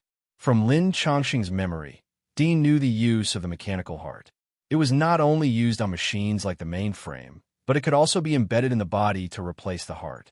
However, to be able to use the mechanical heart, one must have a king-level body like him. If it was an ordinary person, or even a powerhouse from the Abyss, they would not be able to connect to the energy port of the mechanical heart, let alone withstand the terrifying energy of the mechanical heart. Previously, Lin Chongqing was able to use the body of the desolate god to fight with the desolate god girl, and it was also because of the energy of the mechanical heart. Before he was ready to embed the mechanical heart, Dean used telepathy to ask the desolate god girl if he left her body, would she still treat him like this? But the answer he got was yes. This time, Dean was relieved from the fact that the latter broke out of the heart and took the initiative to protect him. It could be seen that it was not because of the community that made her so obedient. He first extracted his body from the body of the desolate god girl, and in the process, the latter also took the initiative to help him separate out the cells that belonged to him. It fell to the side of the snow like a lump of soft meat, and in the inside of the soft meat constructed a skeleton, internal organs, and other things. Slowly, it stood up and turned into a slender young man, which was Dean's original appearance. At this time, he had completely separated himself from the body of the origami girl. He instantly felt an unprecedented emptiness in his heart. It was even more desolate than this snowy world. He could not wait to stuff something into his heart to fill up this indescribably uncomfortable feeling. So he quickly grabbed the mechanical heart beside him, melted his palm, wrapped it around his hand, and pulled it into his chest where his heart was located. Then he used his flesh and blood magic to create an interface and connected it to the mechanical heart. Instantly, two thumping sounds could be heard, causing his entire consciousness to buzz. The next moment, the strong beating became more and more clear, and the abnormal, uncomfortable feeling in his heart also disappeared, replaced by a vigorous energy that filled his whole body, as if the blood in his body was roaring, full of power. Is this the energy of the mechanical heart? No wonder it can drive the spaceship to jump between the stars. It's enough to let me squander my body at will, unlike before, when I used too much force and my heart couldn't bear it. Dean felt the vigorous power in his body and tried to use his fingers to quickly transform into different tissues, such as cutting blades, magic claws, shields, and so on. Hundreds of kinds of abilities flashed at his fingertips, and the speed of the demonization was extremely fast, even faster than the previous full speed. Please remember the original domain name of this book. Mobile version website. Chapter 1221. With the help of the mechanical heart, Dean felt that he could defeat the demon emperor by himself, even without the help of the origami girl. After all, even if his body was incomplete, it was still a divine fetus. It was far stronger than the previous origami that Lin Chongqing controlled. Now that he had regained his freedom and extraordinary power, Dean didn't delay any longer. He immediately set off. The first step was to eat the Federation. The Federation was still in panic. Except for the first batch of refugees who hid in the underground shelters, the rest of the people were hiding in their homes or running to the temporary safe houses built by the military to seek shelter. The Federation had never suffered such a disaster before. The shelters that were prepared in the past couldn't accommodate the residents of the cities. The corpses of the soldiers of the Empire could be seen everywhere on the streets. When Lin Chongqing gave the order to activate the nuclear bombs, the army of the Federation that had been obedient rebelled. Several military giants took the lead to resist and beat back the troops of the Imperium that were keeping an eye on them. They seized control of a few cities and then contacted the generals in other cities, preparing for a counterattack. There was no lack of wise people in the Empire's army. They quickly found out about the secret contact of the Federation military. A bloody battle of resistance and conquest began.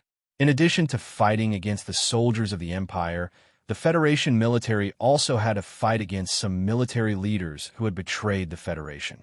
These military leaders had the military secrets of the Federation. They would be promoted if they surrendered to the Empire. They cooperated with the soldiers of the Empire and exposed many of the strategic arrangements of the Federation military. This made the counterattack particularly difficult. Fortunately, the terrorist consortium actively cooperated with the military. They invested a lot of mechanical armors and forcefully reversed the situation. The other three consortia didn't make much movement. They seemed to be waiting for something. Clearly, they were waiting for the outcome of the battle between the Demon Emperor and Lin Changsheng. This would affect their choices. After all, they weren't like Jasaloti, who was a loyal dog raised by Lin Changsheng. They didn't have a deep understanding of Lin Changsheng, so they couldn't place their entire financial group's fate on his trust. Killing, chaos, blood, and wailing. The entire Federation was in deep water. The destruction brought by the war was devastating. All the beautiful things were torn apart. Only the bloody fruits were left in the hands of the victors. Don't cry. Mom is here. Hai Yang, I'll be waiting for you at home. Be careful on your way here. The streets outside are full of demons. Don't let them see you. You bunch of beasts. You even dare to kill the elderly. Amen. And Almighty God, please protect us. In every corner of the Federation, the sounds of gunshots covered up the cries of children in the ruins. The rain of bullets pierced through the blue sky. Fighter jets roared and circled above the city. Smoke filled the air. Buildings were bombed, collapsed, or burnt. Demons and troops could be seen everywhere on the streets, and there were even old scavengers curled up and shivering beside them.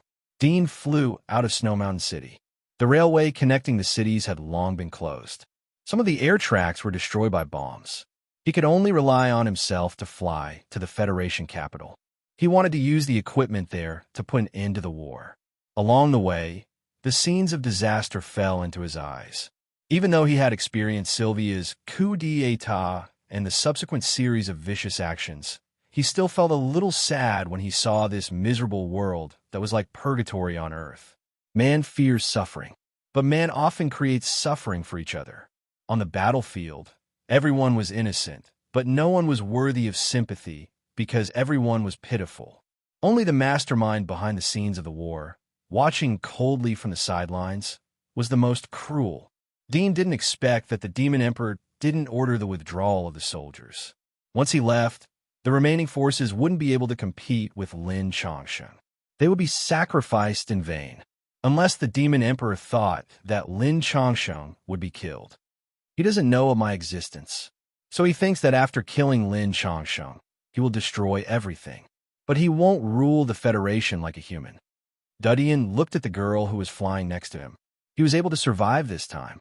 Moreover, he had extraordinary strength because of her help. He was inferior to Lin Changsheng in terms of strategy and strategy. Dudian was defeated by Lin Changsheng. Unfortunately, man proposes, God disposes. This time, luck was on his side. What should I call you in the future? Dean asked her. The origami girl looked at him in puzzlement. What should I call you? Dean suddenly understood that although she had learned the human language, she still didn't understand the rules of the human world. He thought for a moment and said, You are not a human, so you don't need to have a human surname. After you were born, the first sound of your word was a, so use it as your surname. You don't have a gender, but since you have become a female, then use the one next to the female character. You're the first god in the world, and maybe the only one. God is your name. I will call you off from now on. How about it? The origami girl didn't understand Dean's question. She clapped her hands. Okay. Dean was relieved to see that she did not reject the name. In fact, he named her with the purpose of testing her. Now it seemed that she really regarded him as a mother. Even if he told her that she was the first god in the world, she still did not change this idea. If it was a human, they might be proud or even have ambitions. But from her expression, it seemed that she didn't know what ambition was. After a while, Dean and Goddess of Wa arrived at the capital of the Federation. He parachuted into the city and found that compared to the chaos in other cities, the war in the capital had already ended. He could see from the soldiers in uniform that the city had been captured by the Federation military. Dean and Wa came to the government building in the capital. They saw a large number of armors and tanks lined up on the spacious streets. The nearby streets were built to be extremely spacious because of the military parade, but at the moment they were fully armed. Dean used his X-ray vision to scan the depths of the building. He saw a large number of figures walking between the floors. Dean found a group of big shots wearing general badges. They gathered in a well-defended office for a meeting. There was a projection of the war situation in other cities. Dean also saw a familiar face among these big shots. It was the chairman of the terrorist consortium, Jacelity. Chapter 12:22.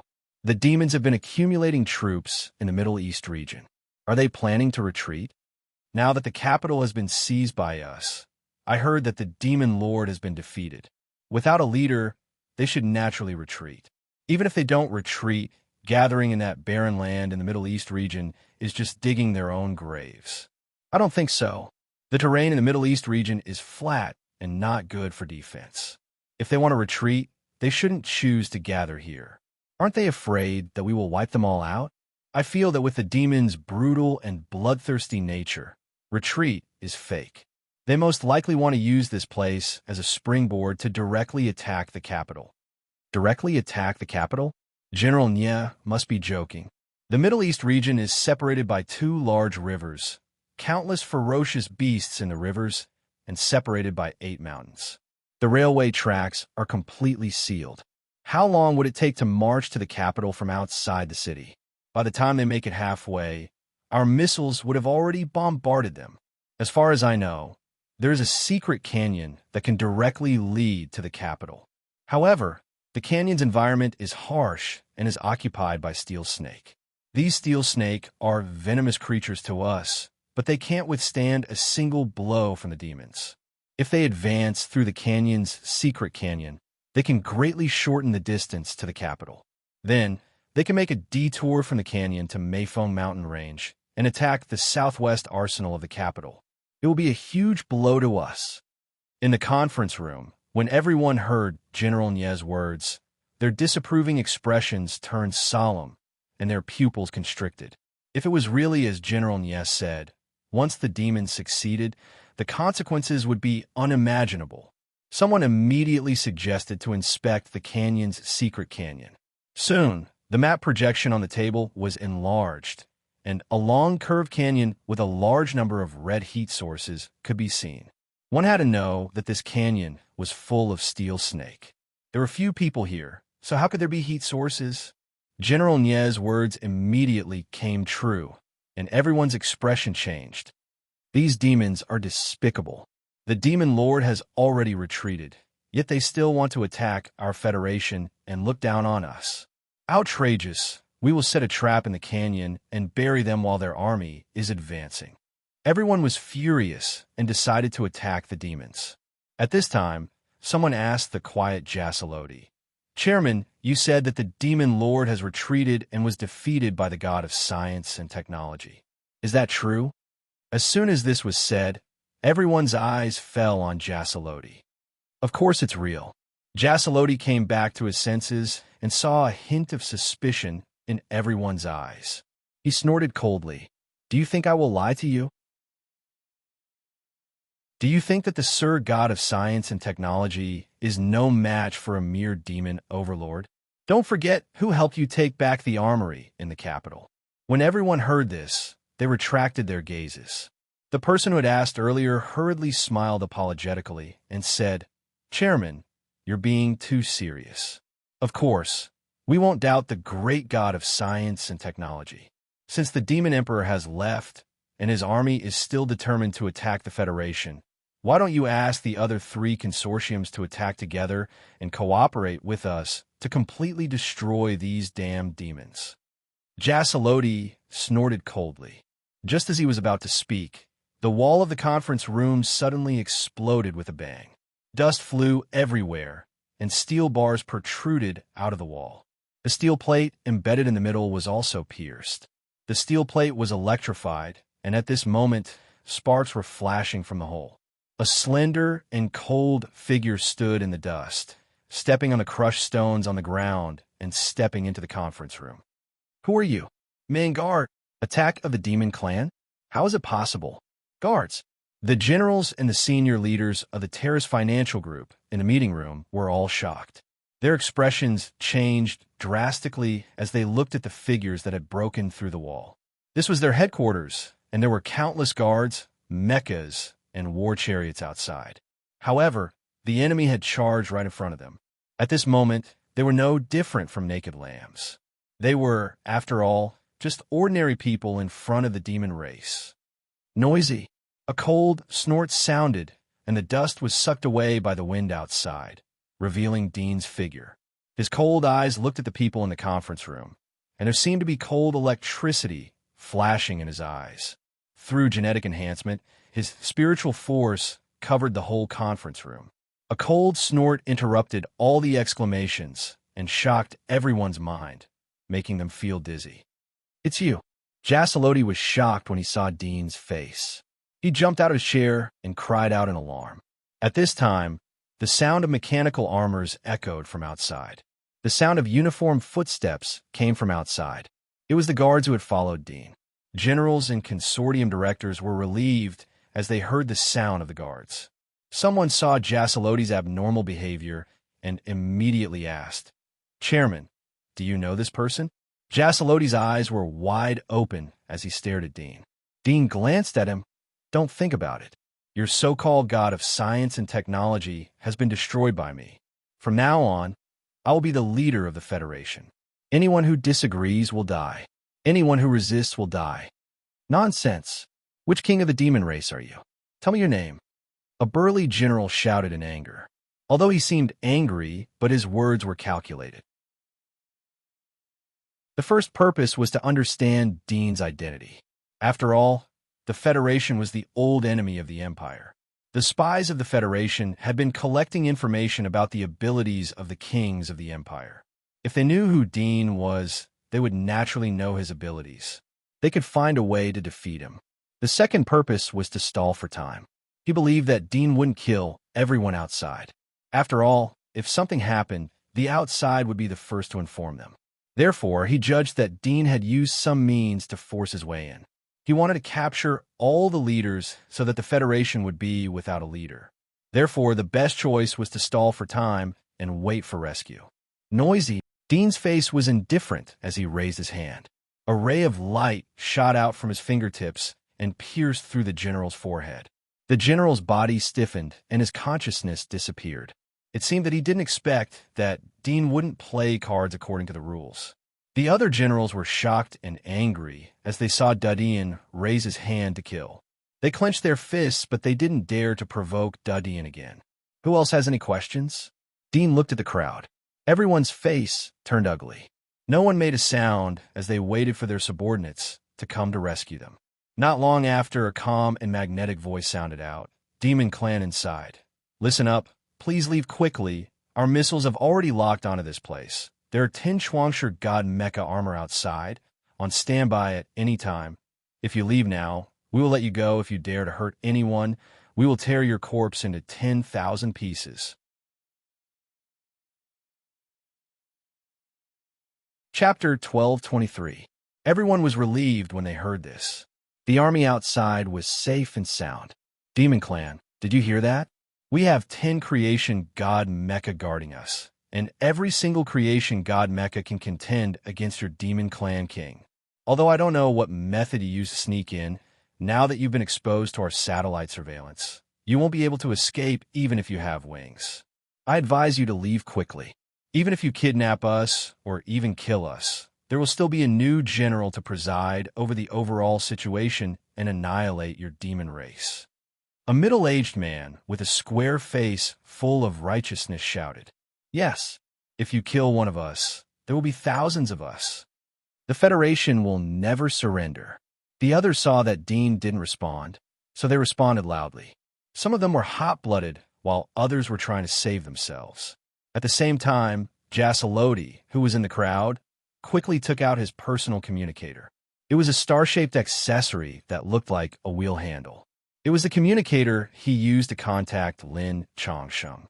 He activated the communicator, and it flashed red. "Can't connect?" Jackaty's pupils shrank. He was shocked. This communicator could contact Lin Changsheng at any time. Lin Changsheng lived in the virtual world and didn't have the concept of hibernation. Even if he was in hibernation or busy with other things, he could still sense Jackaty's communicator or use his clone to take over the communicator. There had never been a situation where the connection couldn't be reached. His heart shook as he thought of Dean's words. Was it true? Was Lin Changsheng really dead?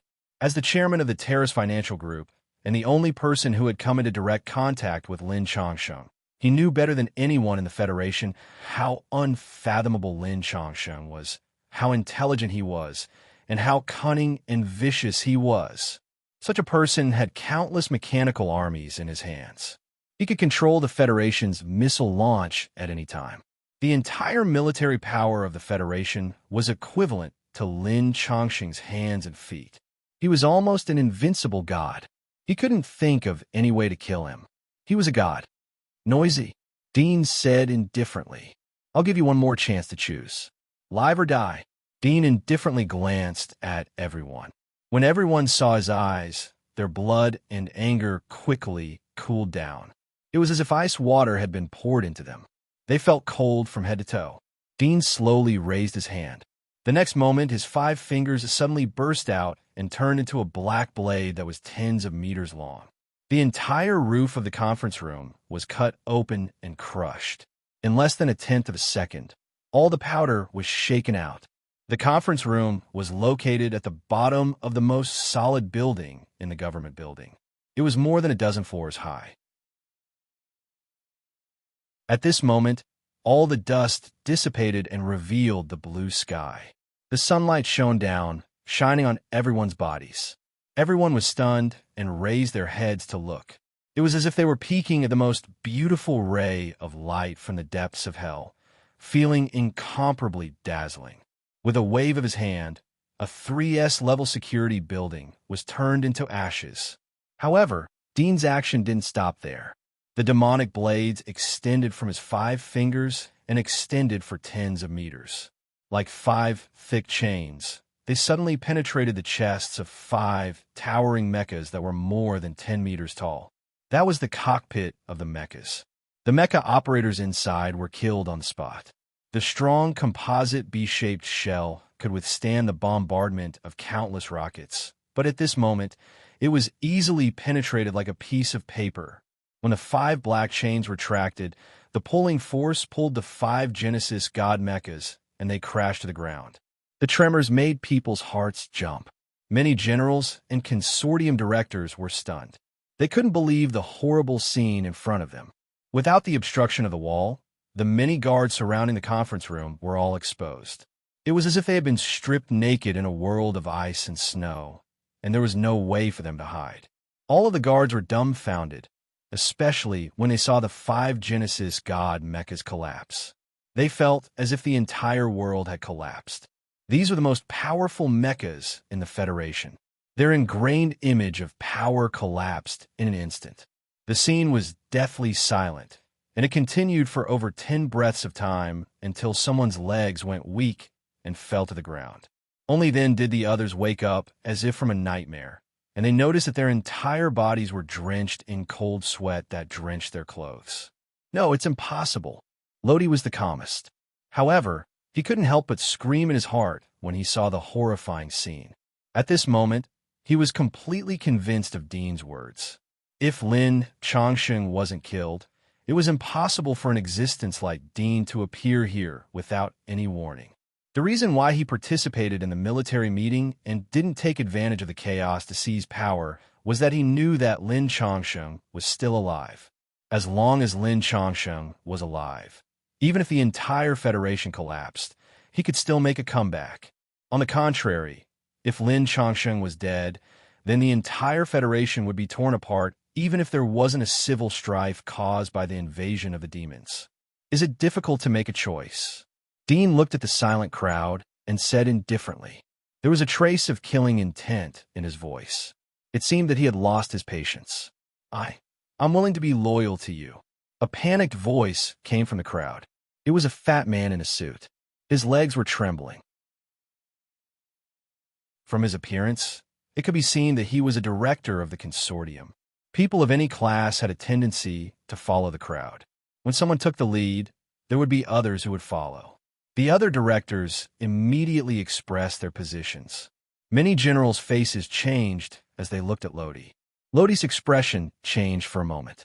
Under Dean's indifferent gaze, he finally gritted his teeth and said, "I have no objection." Many generals' faces turned ashen. After losing the support of the terrorist consortium, their military strength would be reduced by nearly half. After all, only 2 of the 10 creators' mecha were in service. One of them had been destroyed by Dean. Dean's expression was emotionless. He didn't feel happy because of the surrender of the terrorist consortium. It seemed that he didn't feel anything.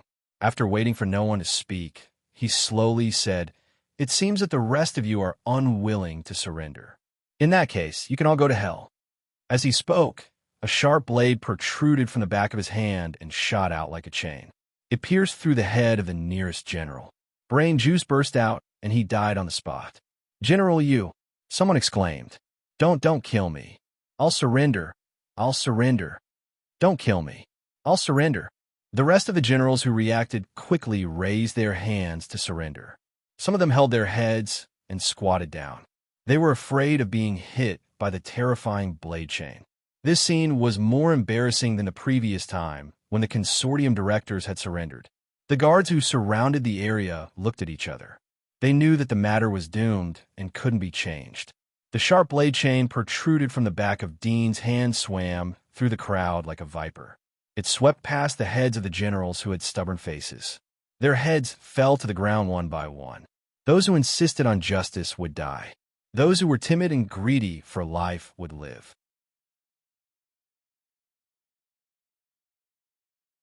Chapter 1224. Under Dudian's violent suppression, many senior military officials had to surrender. As for how many of them were sincere and how many of them were hypocritical, there was no need to explore.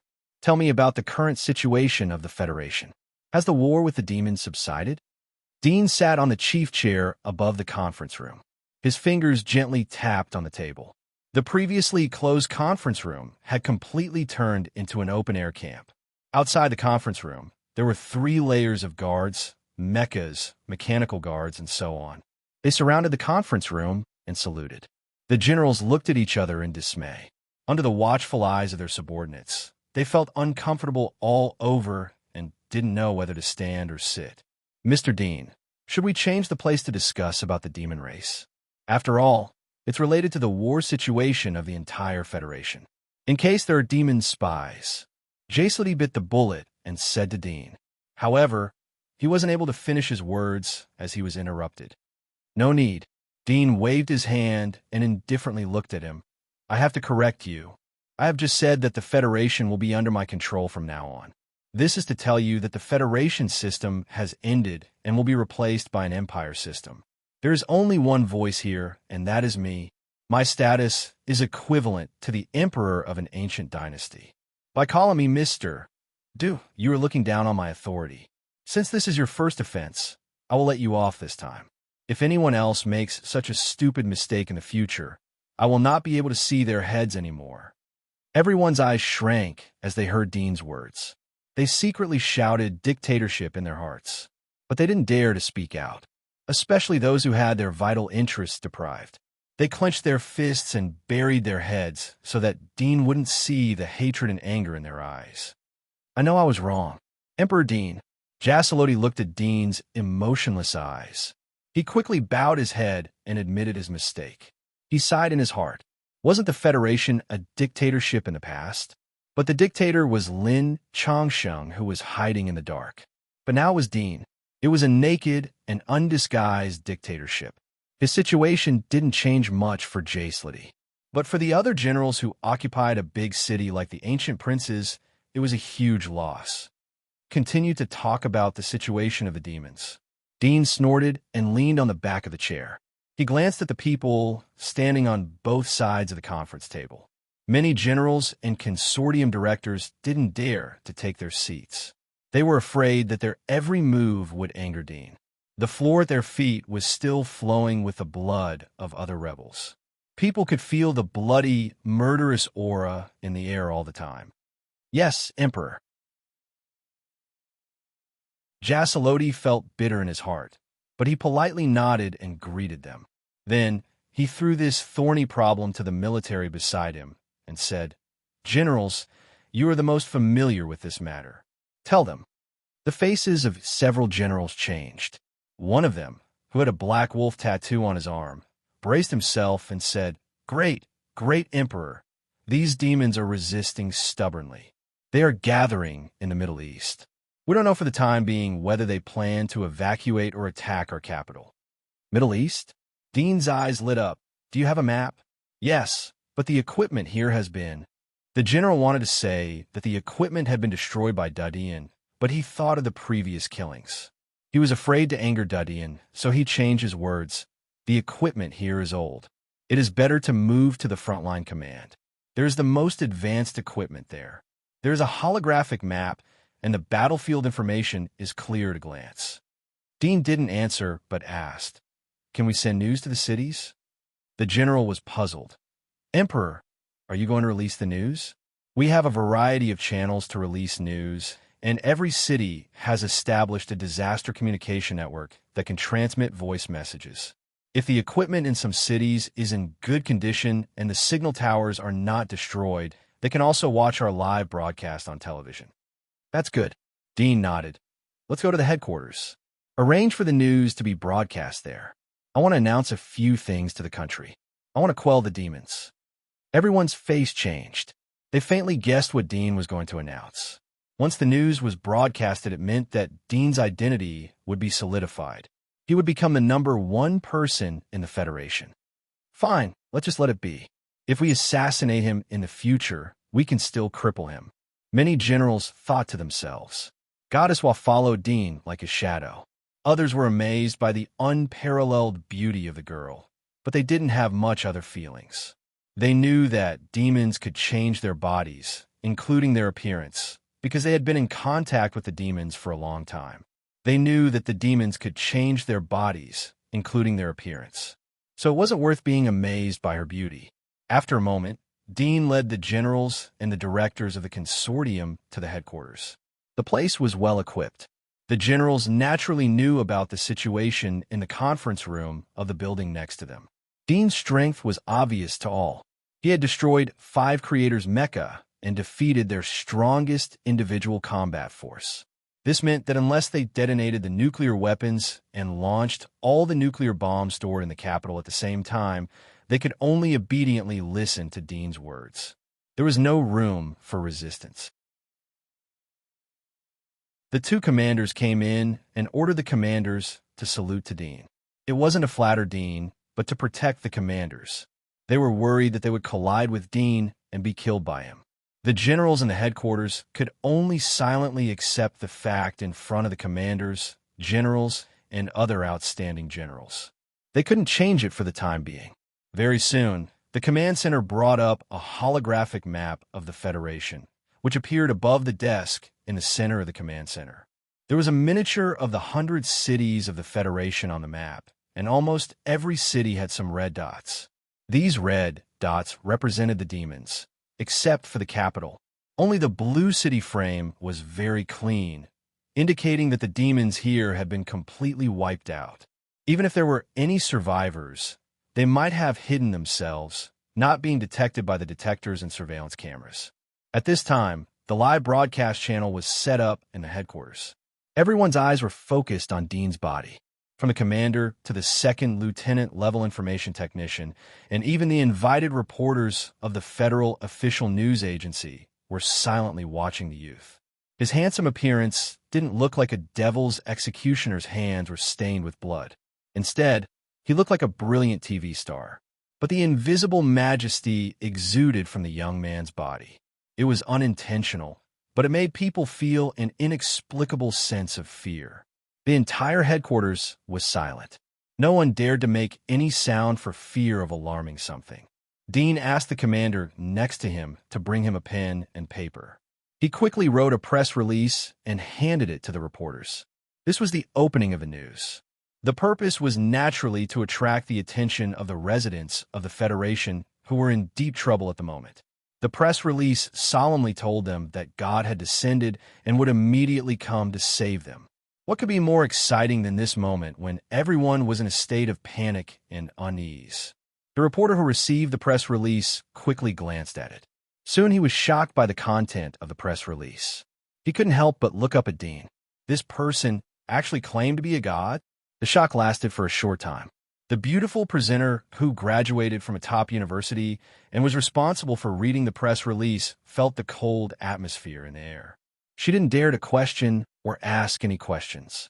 No matter how unbelievable the content was, she decided to broadcast it. When the live news started, she immediately adjusted her expression and posture and recited the press release that she had previously quickly recited. At the same time, the communication stations all over the Federation, old radios, video websites on wristwatches, and even TV sets that were popular with the elderly were broadcasting or reprinting the latest government news from the Federation capital at the same time. In this period of disaster, countless people were looking forward to the movement of the government. Therefore, when the news was broadcasted, countless people saw the news. Some cities were under the attack of the demon race. The TV signal and network equipment were destroyed, but they still had radios. For the education of the Federation, most ordinary people could dismantle their TV sets or wristwatches and transform them into radios. The radio was an antique, but it still existed. In the minds of some warriors who went out to hunt, the radio was better than the wristwatch because the wristwatch couldn't connect to the network in the wasteland. However, the radio could listen to the sounds from the Federation cities. The demon race has disturbed the order of the world. The great God has come to punish the evil demon race. The God has said that the demon race will completely disappear from the Federation in one day. Everyone in the disaster, I empathize with you. Please hold on. Your prayers have come true. The God has really come, the beautiful host said excitedly in front of the camera. Her voice was high-pitched, and she displayed an extremely professional standard. However, in her heart, she didn't believe a single word that came out of her mouth. If there was a God, then why would God allow the existence of the demon race in the world? However, people in despair wouldn't think about these things intellectually and rationally like her. Even for a small number of rational people, even if they were in despair, they would feel that these words were very unscientific. However, the legend of God had been circulating in the Federation. After all, the demon race existed. Shouldn't there be a God? This wasn't the materialistic society of the old era. Although the Federation's technology was ahead of the old era, but in such a world environment, most people always believed that there was a God in the world. Dean had absorbed the memory of Lin Changsheng. He had a deep understanding of the thinking of the Federation civilians. The most important thing was that no matter whether others believed it or not, he would use facts to prove it. After all, seeing is believing. Many generals silently listened to the passionate performance of the beautiful host. Their eyes fell on Dean. They felt strange and sad at the same time. A demon race had run in front of them and declared that he was a god. However, they couldn't refute it. Very quickly, the beautiful MC finished her press release, and the camera switched to the command center.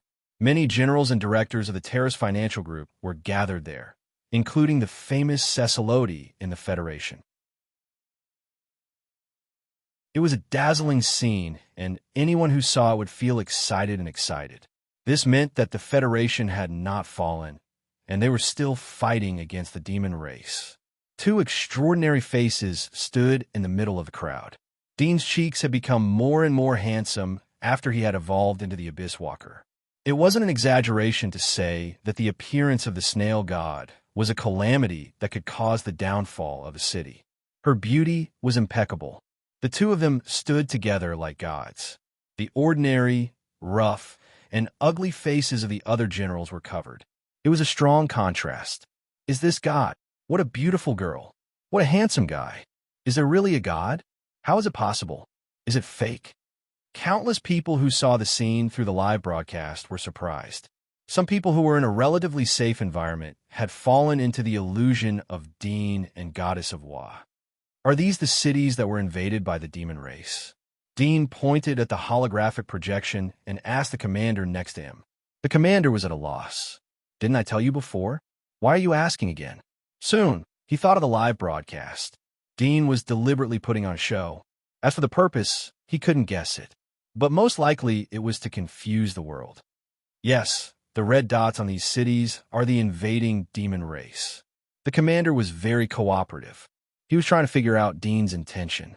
As for tearing off Dean's mask in front of the live broadcast, he wouldn't do it. Godwa, do you remember all of these cities? Especially the Middle East region. Most of the demons are gathered there. Go and destroy them. Dean turned to look at the snail god. His voice naturally spread out from the live broadcast. Goddess of Wa. Countless people were excited and curious. Some of them had a skeptical attitude. Yes, Goddess of Wa nodded obediently.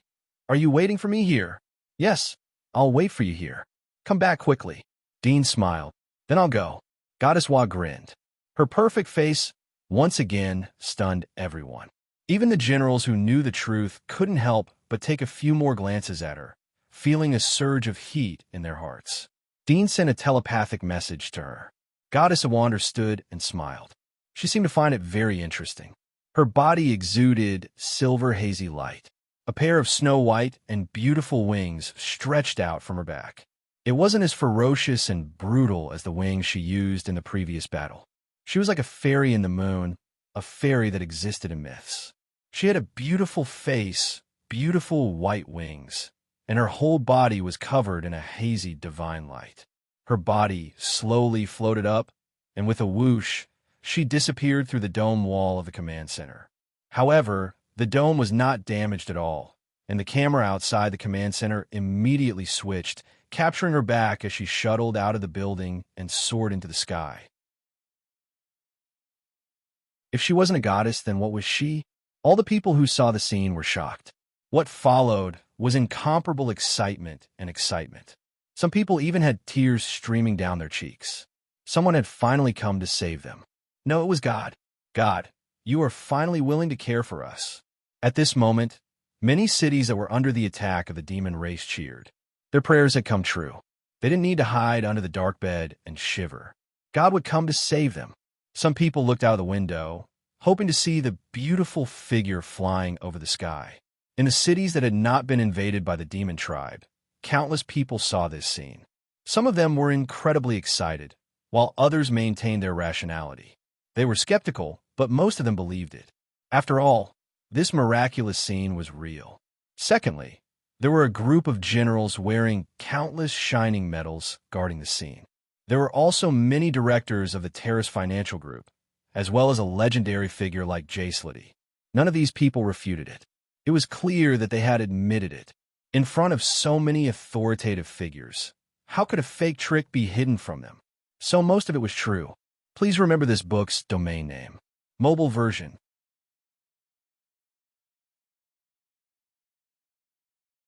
Chapter 1225.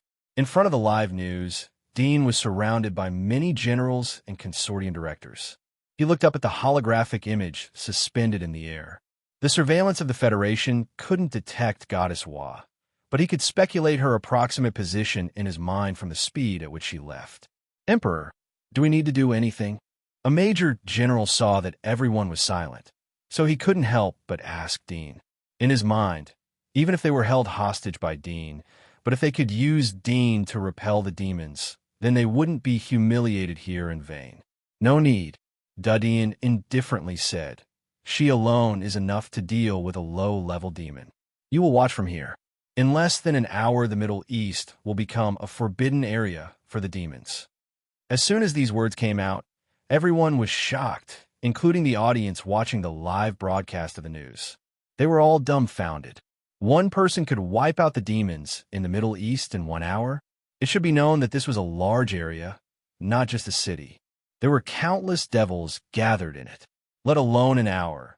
Even if the federal army attacked for 10 days or half a month, they might not be able to capture this area. Dean didn't explain much. Goddess Wa was the first god of the earth. The demons in the Middle East didn't even have a king. The highest commander in the Middle East was the Lord of the Abyss. They were like babies in front of Goddess Wa. When he said 1 hour, he was giving Goddess Wa some leeway. He was worried that she would waste time because of her lust for fun. In fact, if it were him, it would not even take him half an hour to take the head of the enemy general and defeat the demons immediately. Hundreds of thousands of demons are gathered in the Middle East. They're disturbing the world and killing innocent people. Won't the civilians suffer if they can't be wiped out within an hour? Dean said again. The generals were dumbfounded. What Dean said was right, but he had to be able to do it. Some meticulous people heard the overtones of the words. It seemed that Dean was accusing the demons of killing and showing benevolence. But in fact, he was talking about the hundreds of thousands of troops of the demons. Once the girl defeated the demons, then a more powerful image would be erected on her body. This image, combined with Dean's previous words, would undoubtedly make the masses believe that they were gods. If it wasn't a god who could repel hundreds of thousands of demons alone, even they couldn't deny this point. They knew that even the king of the demons couldn't do it. However, if it was really the demon king, there was another way to force the demon king to retreat in less than an hour, and that was to issue an order. Wasn't it the same for the people to retreat in the name of the king of the demons? Cold sweat broke out as they thought of this. Was this a conspiracy of the demons?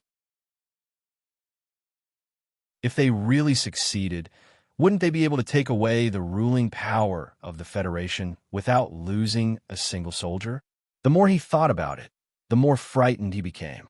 The originally slightly shocked and silent atmosphere suddenly rippled with uneasiness. Standing in the center of the crowd, Dean vaguely felt a trace of abnormality. His expression did not change, but he used his peripheral vision to capture the expressions and eyes of everyone around him. Suddenly, he saw a clue. After a little thought, he guessed the problem. Before he could open his mouth to break everyone's conjecture, he suddenly felt the muscles of one of the generals tighten, and his body reacted abnormally, as if he was preparing to do something. The next moment, he saw the general clench his fists and stare at him angrily, shouting, "Evil demon, don't think that your evil plan will succeed. You are a demon, not some bullsh *T god. Don't think that you can—" Before he could say the word hostage, his voice suddenly stopped. Dean reacted and took action as soon as the general said the first word. Although the speed of the general wasn't slow, but in his eyes the actions of the ordinary people were like the speed of a turtle. Courting death.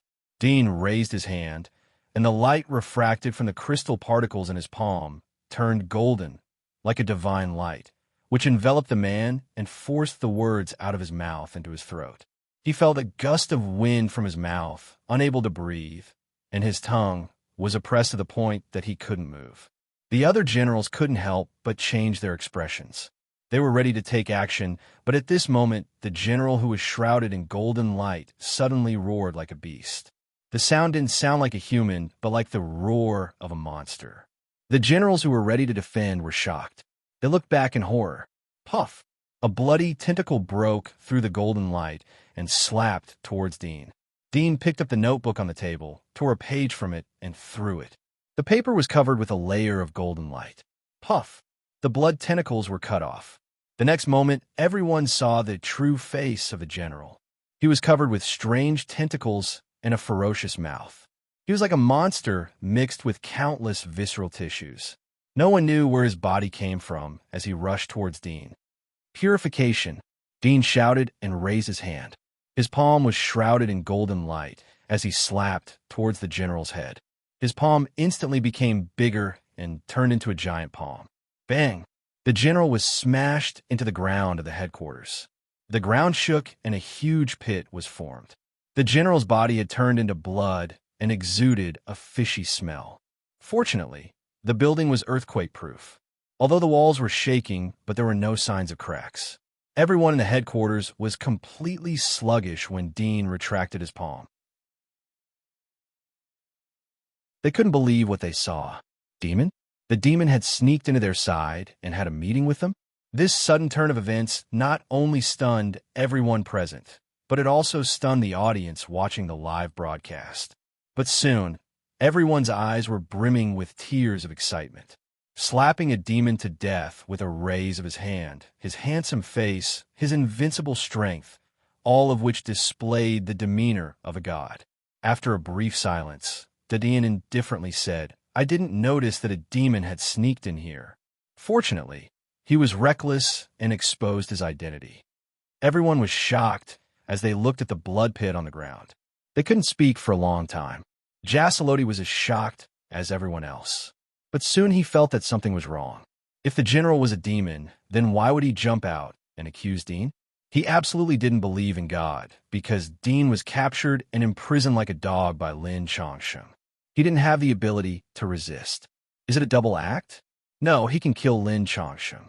He doesn't need to use such a clumsy method. Jasaloti frowned. He felt that this man couldn't be provoked. The other generals woke up from the initial shock. Some of them were aware of the abnormality of this matter. They were more vigilant against Dean and didn't dare to accuse him. After all, although they were suspicious, but they haven't seen how Dean turned an ordinary person into a demon. Acting rashly would only put them in the same dangerous situation. Dean faintly glanced at everyone. There was a hint of warning in his eyes. The method to turn the general into a demon was very simple for him. He only needed to inject part of his tissues into the ground through the soles of his feet. Then he would drill into the body from the soles of other people's feet. Then he would destroy the brain and take over the body. On the surface, it seemed as if the demon had exposed his true body. This was the reason why he wasn't afraid of the live broadcast. Even if someone jumped out to accuse him, he could suppress them. Moreover, it would become a stepping stone for his image. Demons are pervasive. After this incident is over, we will give everyone a collective inspection in case there are other demons mixed in. Dean indifferently said. Everyone heard the warning in his words. They felt that this man was 100 times more terrifying than a demon.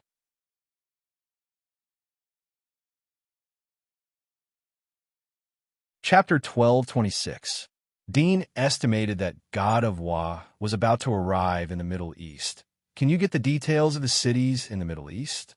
The two commanders and many generals couldn't help but look at the lieutenant general who was in charge of the battlefield information.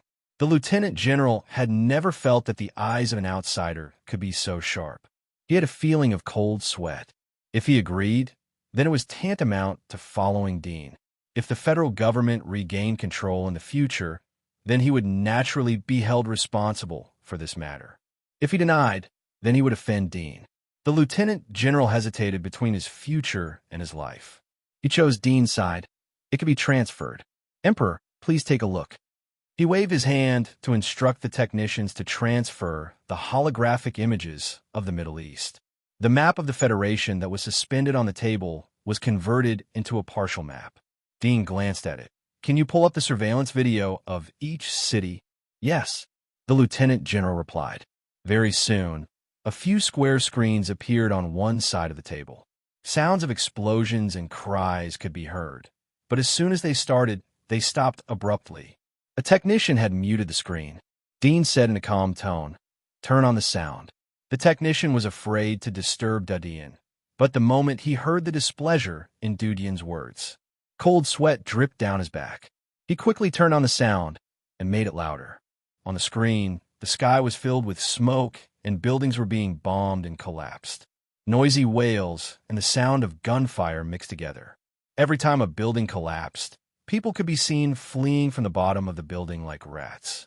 Those who escaped slower were crushed by the collapsed rubble and buried alive on the spot. Every screen was a purgatory on earth. A large number of demons were gathered in the cities of the Middle East. They were in the most tragic areas of the war.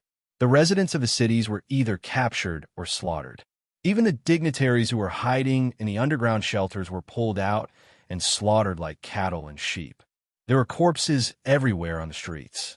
There were old people and children. Gynecological hospitals couldn't escape from the artillery shells. Many generals in the conference room couldn't help but change their expressions when they saw such a tragic scene. As for the people watching the live broadcast of the news, all of them had tears streaming down their cheeks. Some of them felt their blood flow in the opposite direction, and their hearts were filled with hot blood. They wished they could go to the battlefield themselves, but they calmed down under the tugs of their families. Some of the people in the disaster areas saw these scenes and felt the same, crying bitterly. As for the residents in the less affected cities, they saw the scene of their compatriots being slaughtered and died tragically, and they were all shocked and angry. Only some naive boys and girls were immersed in their own games, animations, shopping, and entertainment. They didn't care about the disturbances of the outside world unless the internet was disconnected. These demons deserve to die 10,000 times for their sins. Dean looked at the tragic scene on the screen.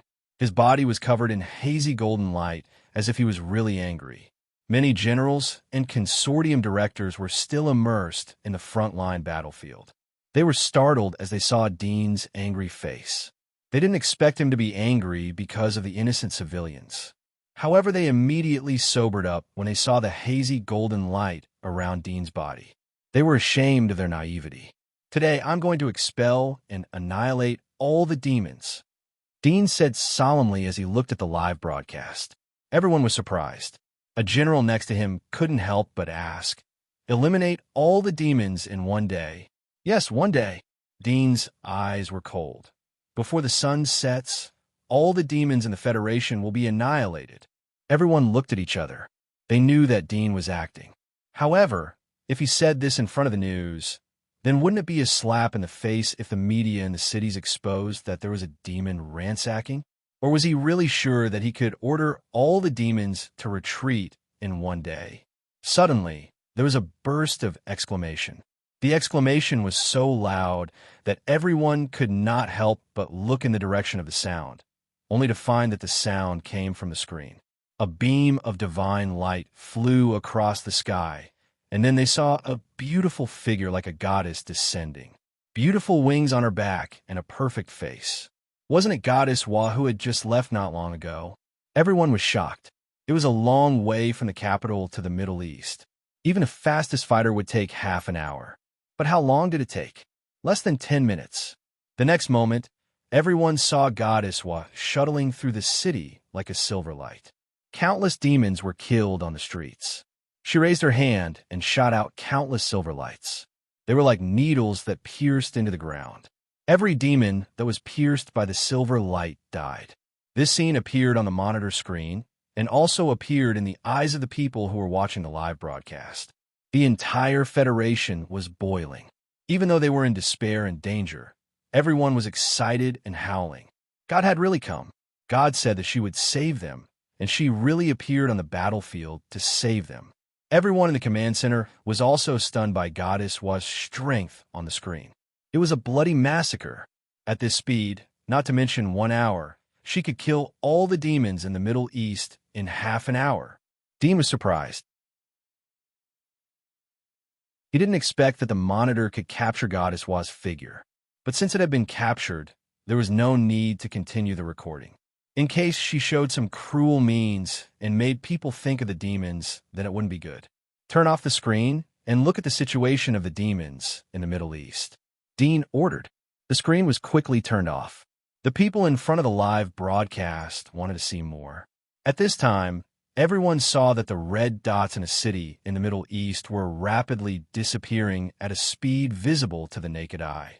The originally densely packed red dots covered the entire city, but at this moment, like an eraser, they were forcibly erased, revealing the original blue outline of the pattern. It's Blizzard City. She's killing the demons there. Hurry up, contact the military, and tell them to stand by and defend. Also send a previous video and tell them to do everything possible to cooperate with her.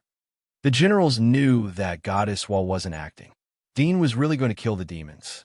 It was a rare opportunity, so they immediately seized it to cooperate with Dean. At the same time, In the temporary headquarters built by the Empire in the Middle East, the changes in Blizzard City alarmed the Empire's upper echelons. They immediately held a meeting. Several generals of the Federation who had surrendered to the Empire got the news from their subordinates. They immediately connected to the network and saw the live broadcast of the Federation. Their faces changed dramatically. They immediately found the highest commanders of the Empire and the Lords of the Pit. After telling them about the live broadcast, the Lords of the Deep Caves immediately asked him to play the live broadcast. The upper echelons of the Empire saw the situation in the capital. They also saw Dean, who was surrounded by many generals. They also saw the video of Goddess while slaughtering the soldiers of Blizzard City. Expel us in one day? Ridiculous. I'd like to see what will happen if she can't do it. Have you analyzed the woman's combat strength? A few moments later, the Empire's technician used the latest technology to analyze Goddess Wa's stats from the screen. Her combat power was estimated to be 30 million. According to the evaluation of the Combat Power Index, the 7 kings of the Empire had a combat power index of around 10 million. For example, the Radiant King and the newly emerged Crimson Moon King only had a combat power index of around 20 million. Although this was not their full strength, it could still be used as a reference for the evaluation. Everybody almost jumped out of their chairs after hearing the combat ability index of more than 30 million. One of the Lords of the Deep Caves, who had threatened to kill God Wa, also flinched and felt chilled. Is she a king? Someone was surprised. I can't believe the Federation hid such a person. These damn things stole our power and cultivated a king. The king is strong but not invincible. Mobilize all the missiles and lock onto her. Kill her. Everyone regained their calmness soon. Although Goddess Wa's combat strength was beyond their imagination, the war couldn't be solved by individual force alone. They had brought a lot of advanced weapons from the Empire and seized a lot of lethal weapons from the Federation. Even if the king came, you would have to go back lying down. Asing mobile phone.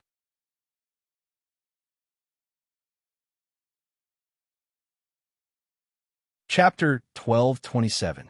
Many generals and directors of consortiums in the capital looked up at the microcosm of the cities in the Middle East. They held their breath as they watched the red dots disappear one by one. The people of the Federation who were watching the live broadcast once again showed hope in their despairing eyes. They were excited as they watched the scene. Time passed, and the red dot was shrinking with every passing moment. Dean mobilized the monitoring system of the cities that had been cleaned up. Everyone saw that the cities were in a mess. There were traces of fighting everywhere. There were huge craters caused by missile bombardment. Blood flowed like rivers in the streets. Countless corpses of the demons were scattered on the ground. The whole city was bleeding. In this desolate scene, some survivors could be seen carefully walking out of the shelter and looking on the street. Some civilians were holding their wristwatches. It seemed that the wristwatches were broadcasting the news live. They also saw through the live news that the city they lived in had been cleaned up and there were no demons left. Soon, more and more people came out of their hiding places.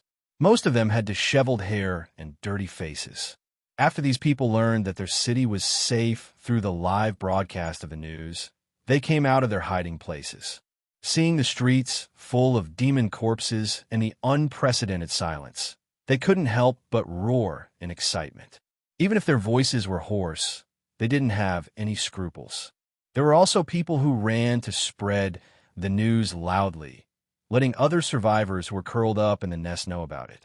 Countless survivors who didn't know each other felt sympathetic when they saw each other. Some hugged and some cheered together. Many people in other cities felt the same way when they saw this scene, and tears streamed down their cheeks. In the blink of an eye, half an hour passed. Everyone saw that the gathering of the demons in the Middle East had changed. The red dots of the demons gathered in the same place and then retreated outside the Middle East region. Obviously, the strong attack of Goddess Wa had frightened the demons who were ready to resist. They had no choice but to retreat. When a general said, "They are ready to escape," according to the information, countless people fell shocked. Half an hour ago, the Middle East was still a sea of demons, which gave them a headache. At this moment, it had been cleared out, and these horrible demons were beaten back. Everything seemed like a dream, but from the screen, the audience could almost see how dangerous the battle was when Goddess Wa was annihilating the devil race. This was not an act, but a real fist to repel these devils. For a time, many generals found that their understanding of Dean couldn't be defined as a demon. However, no one would believe that he was a god. But in any case, Dean had slaughtered the demons and saved the Federation. In less than an hour, Goddess Wa returned. She still looked like a moon elf, pure and flawless. Her body was shrouded in a hazy, silver radiance, making her look incomparably holy. Her perfect face was tranquil and elegant, as if there was not a speck of dust on it. It was clear that he had just fought a great battle, but there were no wounds on his body at all. It was as if he had just taken a bath. Such battle prowess shocked everyone, and all of them were filled with admiration. I've said that I'll expel all the demons today, so I'll definitely do it. Dean smiled as he looked at the returning god of Wa. The Middle East region has been cleaned up. Now we will start to clean up the second region. Which region is second only to the Middle East? The generals looked at each other. One of them whispered, in addition to the Middle East, the Northwest region is the most severely affected. Many cities there have run out of food and water. Everyone is in danger. That's the Northwest region, Dean said without hesitation. He looked at Goddess Wa. You go there. Goddess Wa smiled and nodded. She left again. The people in front of the live broadcast were excited. The fierce demons were like ants in front of Dean. He could destroy them at any time. The Middle East region was the best evidence. The generals accompanied Dean to observe the situation in the Northwest region through the monitor. It didn't take long for them to see that the number of demons in the area had decreased significantly. They knew that Goddess Wa had arrived. Soon, a city was cleaned up. Dean asked people to pull up the monitoring of the city. Once again, countless people were excited. The generals of the Federation and the directors of the Terrace Financial Group were all shocked. They had a feeling that the situation was irreversible. Perhaps all the demons within the Federation's borders would really be exterminated within a day. What would it mean if this matter was completed? They didn't need to think to know that the people of the Federation would regard Dean as a god from now on. Dean's status in the Federation would be unshakable. Even if the authoritative figures jumped out to accuse him, Dean would use the previous strange means to turn them into demons and kill them on the spot. Most of their families would be implicated and spurned after they died as demons. There was no solution. Everyone felt that it was almost impossible to trip Dean. In fact, it was hundreds of times more difficult than expelling the demon clan. With this in mind, many people's thoughts slowly began to move. They began to ponder over their own position. Could they change it a little and truly serve this expert in exchange for the position of Doyen? Many people's eyes gradually changed as they thought about this. Dean could feel the changes around him, but he didn't care about it. Everything was within his expectations. People's hearts were unpredictable, but 90% of the people's hearts could be manipulated by the word interest.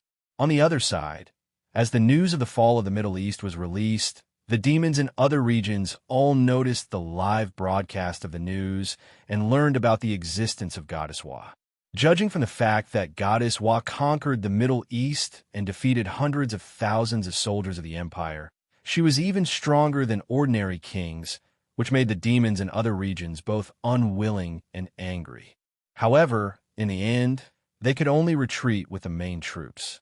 The remaining demons didn't have the idea to test the Federation after the Northwest region was wiped out. They quickly mobilized their subordinates and left the Federation at full speed. Around 3 or 4 o'clock in the afternoon, the generals in the command saw that the demons had gathered in the cities of the Federation. There were only a few stragglers that could be killed at any time. Those stragglers were captured by the garrison forces that ruled the cities. At this time, the other 3 consortiums also intervened to help clean up the rest of the demons. The news was transferred to another place when the sun went down. The government officially announced that all the demons had been killed and the Federation had restored its safety. Countless people who had suffered from the disaster cried tears of joy as the news came out. However, they cried for their loved ones and loved ones who had died. The entire Federation stayed up all night. The live broadcast once again followed Dean. Dean was surrounded by the generals. He directed everyone to do post-war work, clean up the battlefield and corpses, restore the water, electricity, and food in the cities, and so on. Of course, to him, all of this was just a verbal statement, and it was enough to show his will. In addition, Dean led a group of generals and senior members of the three consortiums to visit some of the affected cities. In just one day, many refugees knew about Dean's identity. They knelt and cried as they saw him. Dean healed some of the injured refugees. He once again showed his godlike ability. He returned to the federal government building in the capital. He ordered people to prepare for the Federation General Assembly. All the senior members of the Federation were present. Even the directors and leaders of the four consortiums were no exception. When the meeting started, the live broadcast of the news switched to the various cities. The army was busy transporting the injured and setting up medical tents in the dark. The various disaster cities were gradually recovering. After the preparations were done, the live broadcast once again focused on the grand meeting. After Dean's brief speech, a general immediately spoke and excitedly asked Dean to be the president of the Federation. As soon as these words were spoken, //3_3610/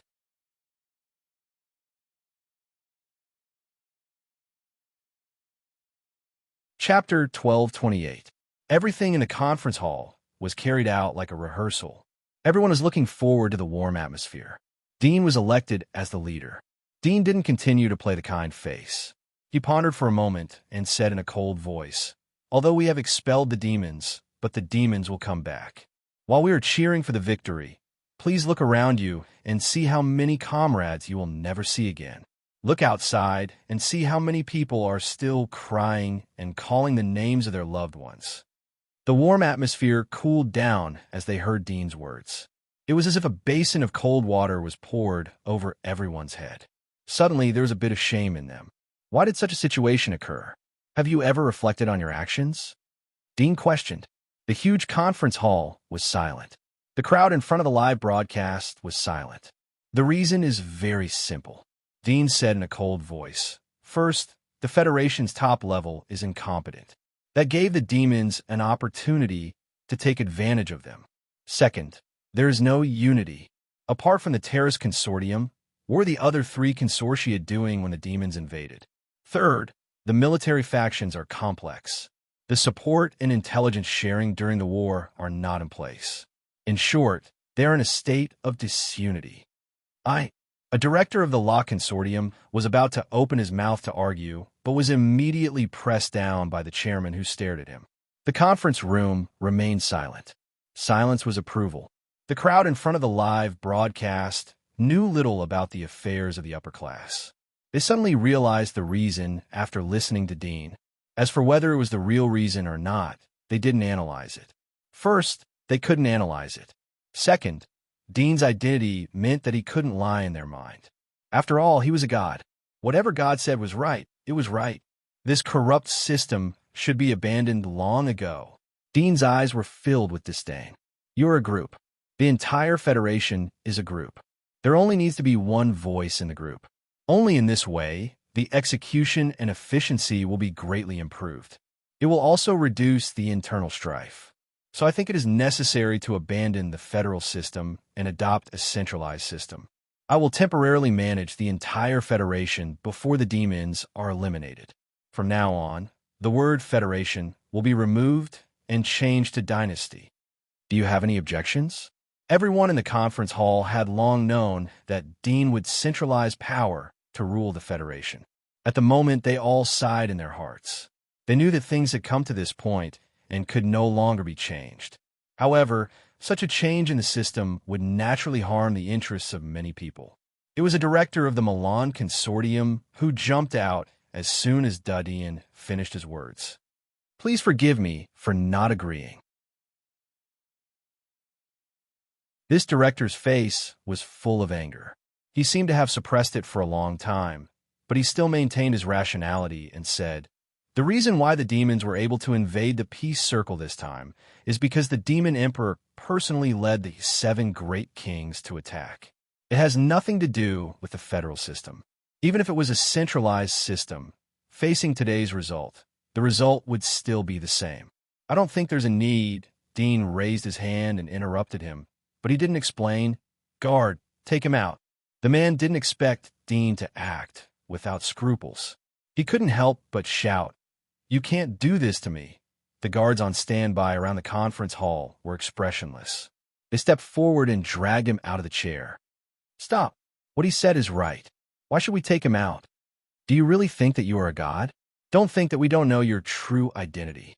Do you believe that I won't expose your false face in front of everyone? Voices were heard from all over the conference hall. The more people spoke, the louder the voices became. Dean quietly looked at the 8 people who jumped out. He said, "Is there anyone else who has the same idea as them?" The other generals and directors of the terrorist consortium who were in the headquarters didn't look sideways. It seemed as if they didn't see anything. They knew better than these people that Dean wasn't as kind as he had shown on the live broadcast. God? Even if he was a god, he was an evil god. Since there is no one else, then take all of them out and directly put them in prison, Dean said in a cold voice. The 8 people who spoke were stunned. Put them all in prison? This was done in front of countless people. You're a god. How could you do such an unreasonable thing? Why are you imprisoning us? We didn't commit a crime. That's right. Can't we even say a word here? If that's the case, who can say anything when the Federation falls into your hands in the future? 2 people were anxious and angry as they saw the guards come over. Obliterate the blasphemers, Dean said to Goddess Wa, who was next to him. Clean them all up. Goddess Wa knew what Dean meant and what he was planning. She showed a rare, serious look on her beautiful face. She seemed to be irritated by the words of these people. She was covered in a hazy silver light, looking as pure and holy as when she annihilated the demon clan. She raised her hand, and several beams of light shot out, hitting the 8 people who were talking. The 8 people stiffened, and the next moment, their bodies shattered like ice crystals, turning into sparkling powder and drifting away. Nothing was left. The whole conference hall was silent. Everyone looked at the scene in disbelief. They didn't expect that Dean would dare to kill people in front of hundreds of millions of people. Didn't he care about the God image that he had created? Some people couldn't believe it, but some people seemed to understand. They couldn't help but sigh in their hearts. I know that changing the system will harm the interests of some vermin, so they couldn't help but jump out. But I didn't think that there would be so many. Dean glanced at the audience. I know that some of you have the same idea as them, but you are smart enough to choose to hide. I know all of your thoughts. I didn't pull you out because the Federation has just suffered a disaster. It needs people to help rebuild their homes. In the future, if I find that you have the behavior of vermin again, I won't forgive you. Everyone looked at each other and didn't dare to say a word.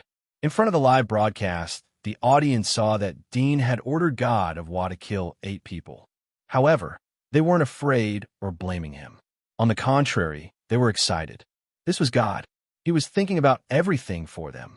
As for the 8 people who jumped out to accuse God, they were cursed before Dean could act. When they were killed, many people clapped their hands and cheered. Many people didn't have a good impression of the high-level officials of the Federation. On the contrary, Dean, who had expelled the demons and saved them from fear, made them feel grateful. Through this incident, people felt that Dean was a god. God naturally had the majesty of a god. It was a mortal sin to be questioned by mortals.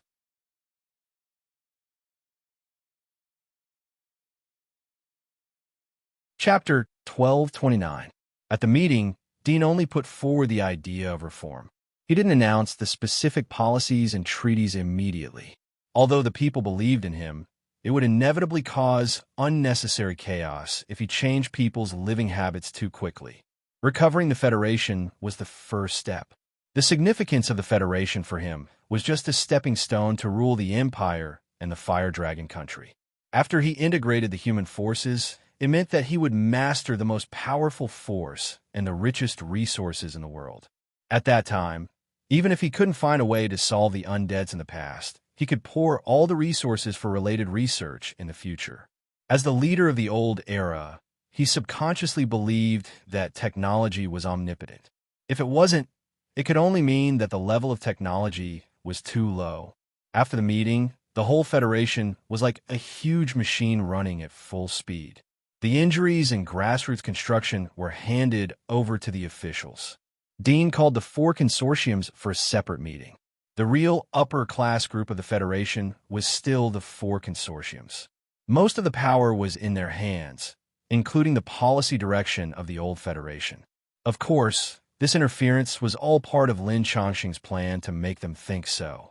In reality, everything was under Lin Chongqing's control through the Terrace Financial Group. Integrating the power of the four consortiums and unified management was the first step to change the federal system to a centralized dynasty system. The power of the federal system was too loose. Most of it was in the hands of the four consortiums. What Dean wanted to do was to take back the power in their hands and give them the corresponding rights. Obviously, this was by no means superfluous. Doubts, resistance, and other discordant voices were suppressed by Dean's violent means. The four consortiums were sitting in the clouds, overlooking hundreds of millions of people. In front of Dean, they were like sheep in the eyes of tiger. They had no ability to resist. All the actions of Dean would inevitably lead to damage to the interests of some people. It would also lead to the tragic death of countless people. But these were not exposed to the public. The people were trying to get used to the new policies and order brought by the new god. What was order? It was the rules set by the superior for the inferior. Overall, Dean's rules were quite loose for the people. After all, the establishment of a new dynasty needed to please the people in the early stage to facilitate management. Once the situation was stable, there would be squeezing and corruption. In the blink of an eye, half a month had passed. The pain in the various cities of the Federation had gradually been healed. Some hidden in the dark had already scabbed. The people enjoyed a lot of post-disaster benefits, and they were even more in awe, love, and respect for this new god. However, in the upper class, after half a month of iron and blood punishment, everyone was terrified of this god. Whenever they saw people kneeling and praying in front of the statues of Dean and Goddess Wan News, they would sigh bitterly in their hearts. This was not a god, but a cruel and hypocritical devil. After half a month of consolidation, Dean felt that the Federation had gradually stabilized. All the unstable factors had been removed in this half a month. In this process, Lin Chongqing's memory once again helped him a lot. Lin Chongqing had a very good understanding of the four consortiums, military generals, and federal officials. Lin Chongqing knew all of their private secrets. Dudian easily made them disarm and surrender. Now, the mechanical heart is in my body, and the intelligence of the Federation's brain has been restored. I can no longer control the brain to monitor the entire Federation. I have to train a group of loyal subordinates to manage the country in the future.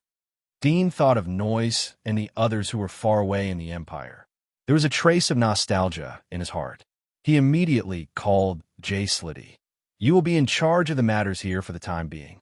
Perform well, and maybe I will give you a good seat in the future when I ascend the throne. Jay Slitty was happy. These days he found that Dean didn't target him because he was a loyal servant of Lin Chongqing. It seemed that Dean didn't care about the former enmity. Dean's character was cruel, but he was broad-minded. In the beginning, he didn't want to be a puppet. He wanted to get rid of Lin Chongqing's control. Now that Lin Chongqing was dead, although he thought about rebelling against Dean, he found that Dean was more difficult to deal with than Lin Chongqing. Since he couldn't oppose Dean, he might as well surrender. Even if he had to submit to Dean, he would still have a high position. It would be much better than the people in the world. Thank you, Your Majesty. I will do my best. Jay Slitty curiously asked, Your Majesty, did you say in the future? Are you not going to ascend the throne now? I will ascend the throne after I wipe out the demon race and the fire dragon country. Dudian indifferently said, What's the point of being the ruler of a country? Don't worry, I won't wait for too long. It will take at most half a year. With his current strength, it would only take a few days to wipe out the Empire and the Fire Dragon country. The reason why he said half a year was to give the residents time to adapt. He didn't want to waste his people's power after the merger. Ruler of the world? Jaceliti's pupils shrank. He didn't expect Dean's heart to be so big. He wanted to conquer the demon race and the Fire Dragon country. He wanted to be the king of all living beings. However, it was not difficult to understand why Dean would have such an idea. "I know, your majesty." Jacility quickly responded. "I will go to the demon race and kill the demon emperor. I will be back in a few days." Dean indifferently said, "You can leave if there is nothing else." A monstrous wave was set off in Jacility's heart, but he was very shrewd. Shock flashed on his face as he respectfully excused himself. He knew how terrifying the demon emperor was. Lin Changsheng had mentioned it many times in front of him. But Dean could kill Lin Changsheng, so it wouldn't be difficult for him to kill the demon emperor. The sky of his planet is really going to change. Jacility was shocked and excited as he walked out of the building. He felt that he was going to experience the arrival of a new era, and the master of this era was Dean. Although he wasn't the most dazzling person, but he could enjoy endless wealth and power by following such a person. Dean was ready to leave the Federation. He didn't have too many arrangements. It was very convenient for him to go to the Empire.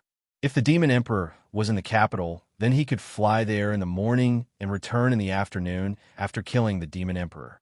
"God, let's go," Dean said to the girl next to him.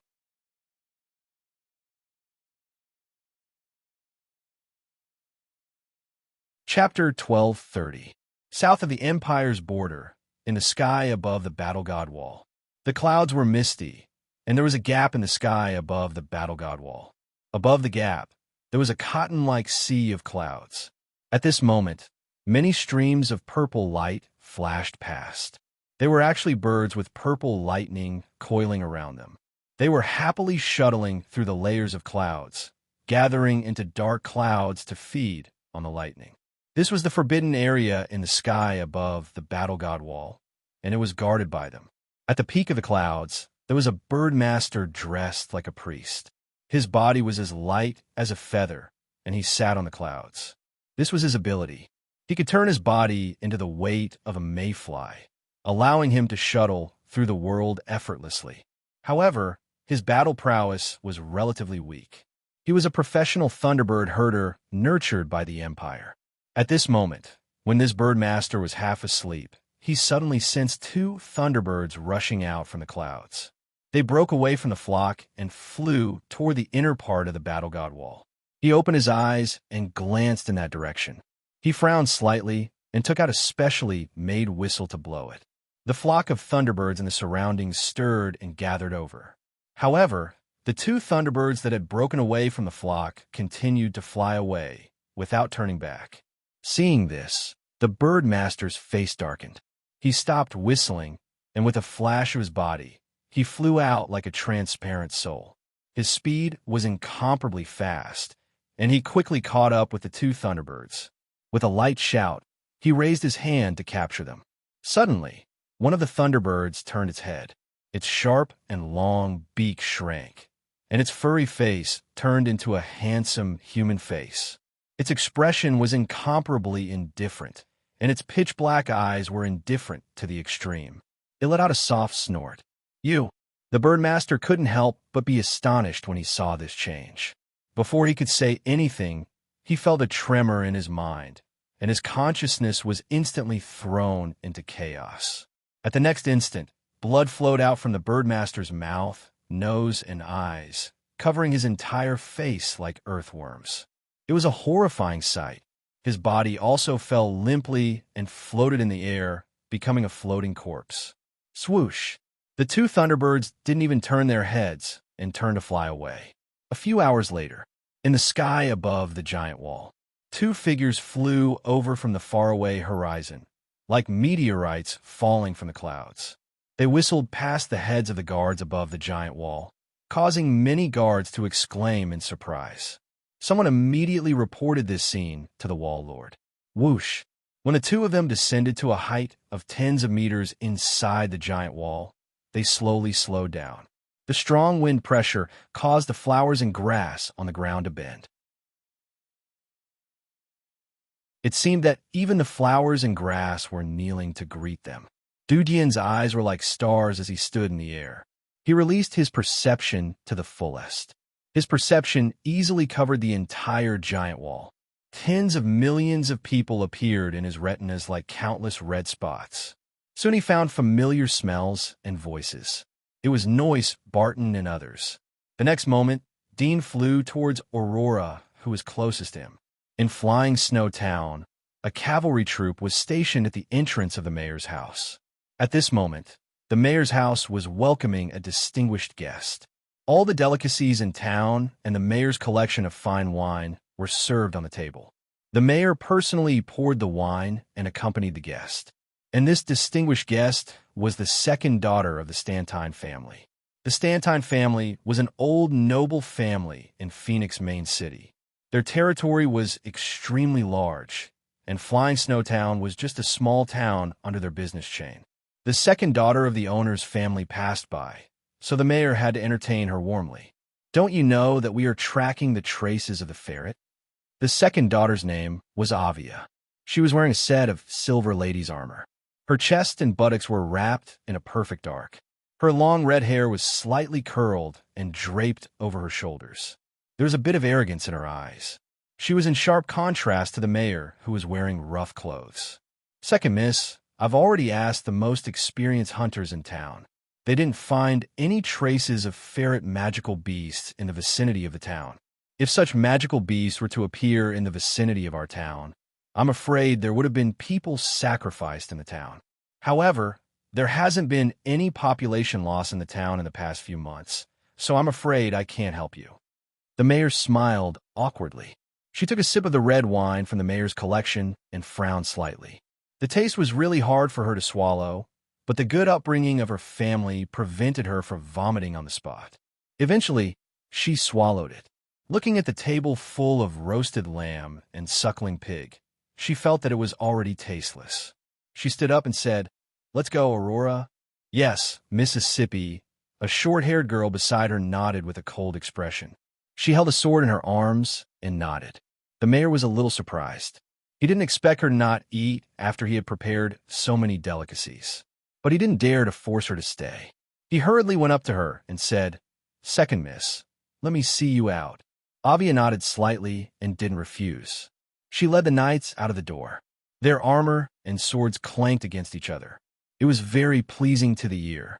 Just as she stepped out of the door, Avia raised her head and looked into the distance. It was a habit of hers.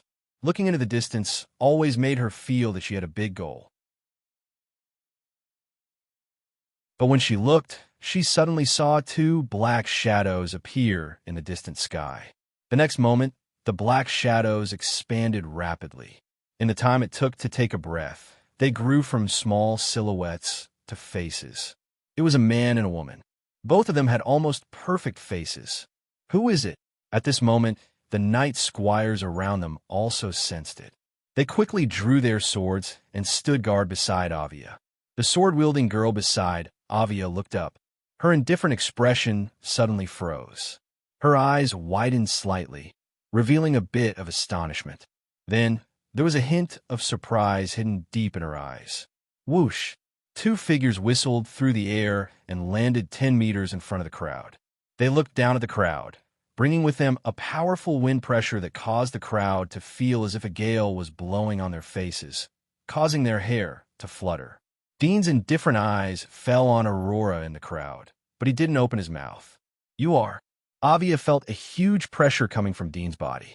Her heart was shocked. This pressure was stronger than her teacher's.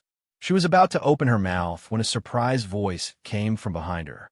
"Teacher," Aurora called out in joy. She took a few steps forward, but suddenly thought of something. She bowed and saluted. "Teacher, you are finally back." Avia was stunned. She looked at Aurora, who was bowing respectfully. "Aurora, what nonsense are you talking about? If teacher hears you, he won't let you off easily." Aurora didn't apologize as obediently as she remembered. Instead, She looked up at the youth as if she didn't hear anything. Did you worship a teacher? Dean heard the girl's words and asked Aurora. Aurora lowered her head. Yes, teacher, but I just wanted to learn and get close to the upper-class forces. I didn't really regard him as a teacher. Good job. Dean nodded. He didn't blame Aurora at all. Avia and the other knights were dumbfounded. One must know that Aurora and Avia were both apprentices of the Phoenix Lord. Avia was even more proud of it. One must know that the Phoenix Lord was one of the strongest in the abyss of the giant wall. His status was extremely high.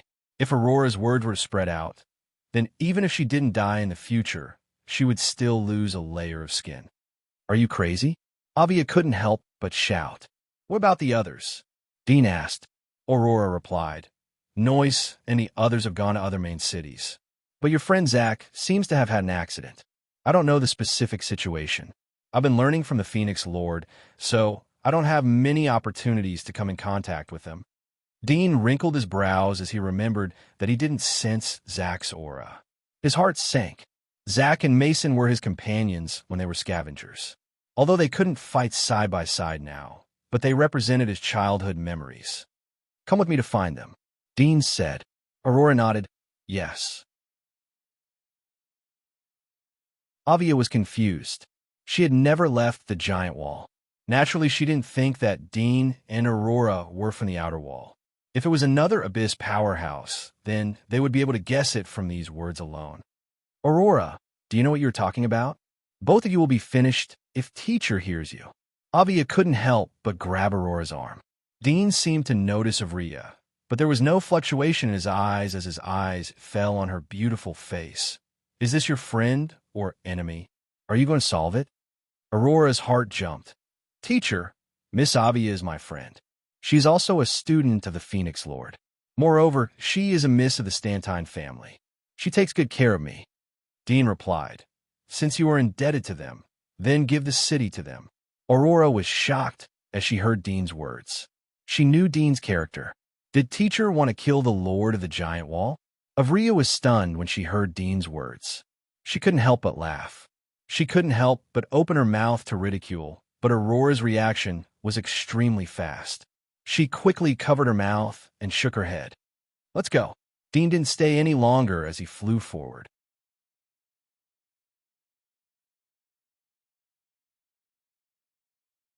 Chapter 1231. Aurora was anxious as she saw Dean fly away. She quickly followed him. Aurora, do you really want to go? Avia hurriedly pulled her. If Aurora left, today's matter was bound to spread to her teacher's ears. At that time, no one could save her. Lilia, I want to follow my teacher. He promised to give your family a city, and your family will also rise in the future. Aurora pried Olivia's slender hand away and turned to her with a serious expression. What city? He is not His Majesty. He can't give people a fief. Avia felt that Aurora was bewitched and wanted to wake her up. Aurora saw her thoughts, but didn't explain much. It's not a city. It's the giant wall. My teacher is a great and strong man. You will soon be able to witness it. She turned and quickly ran after Dean's back. After a few ups and downs, she stepped on the houses of the town and flew up to catch up. Avia stared blankly at the back of the three leaving figures. She felt that it was ridiculous. The gift was not a city, but the giant wall. For her, the giant wall was the whole world. But a stranger actually said that he would give the world to her family. This was simply crazy. She quickly reacted and glanced at the surrounding knights and squires. She knew that this matter couldn't be concealed. The matter of Aurora rebelling against the Phoenix Lord would soon spread to her teacher's ears. She couldn't cover it up, otherwise her family would be implicated. In that case, she could only take the initiative to report the matter. I'm sorry, Aurora. You are too confused. Teacher, who is this? Aurora followed Dean as he jumped through the forest. She saw a beautiful girl behind Dean. Even though she was a girl, she was amazed. She couldn't help but ask curiously. She knew that her teacher had a sweetheart for a long time. Could it be that time could really wear away everything? Was this teacher's new sweetheart? Her name is Godwa. She is equivalent to my child. Dean casually introduced. Child. Aurora was stunned. Wasn't he not married? How could he have a child? But looking at Dean's expression, it was obvious that he didn't want to talk about it. Soon, the two came to the nearest city. Dean found a hotel and asked Aurora to gather everyone here at the fastest speed. It didn't matter even if their identity was exposed. Aurora received the order and immediately sent a letter to the people of each city. "Teacher, are you going to leave here?" Aurora asked curiously. Dean nodded. "I'll take you to the imperial capital." Aurora was shocked. During this period of time, she had gathered a lot of information from the Phoenix Lord, including some information about the imperial capital. She knew that there were hidden dragons and crouching tigers in the imperial capital. Although there weren't many people in the Abyss, they weren't all that rare either. The Abyss Master, who was above the Abyss, was a giant in the imperial capital. As for the kings, they were kings who looked down on the entire imperial capital. In that kind of environment, they had to be more careful. They didn't dare to get angry, and didn't dare to be arrogant. After a moment, Dean led the team back from the giant wall of Sylvia. Noyce, Barton, Mason, Sergei, and other familiar faces appeared. All of them were excited to see Dean. They felt like rootless duckweed and homeless. Dean was like the core of their big family. "Master, you are finally back." "Dean, you are back. We've been waiting for you for a long time. We have done all the things that you have asked us to do. I have infiltrated an old aristocratic family in West Shell. I am the captain of their family's private army. In addition to excitement and surprise, everyone took the initiative to tell Dean about what had happened during this period of time and reported the things they had inquired about to Dean. Dean had a faster way to know everything.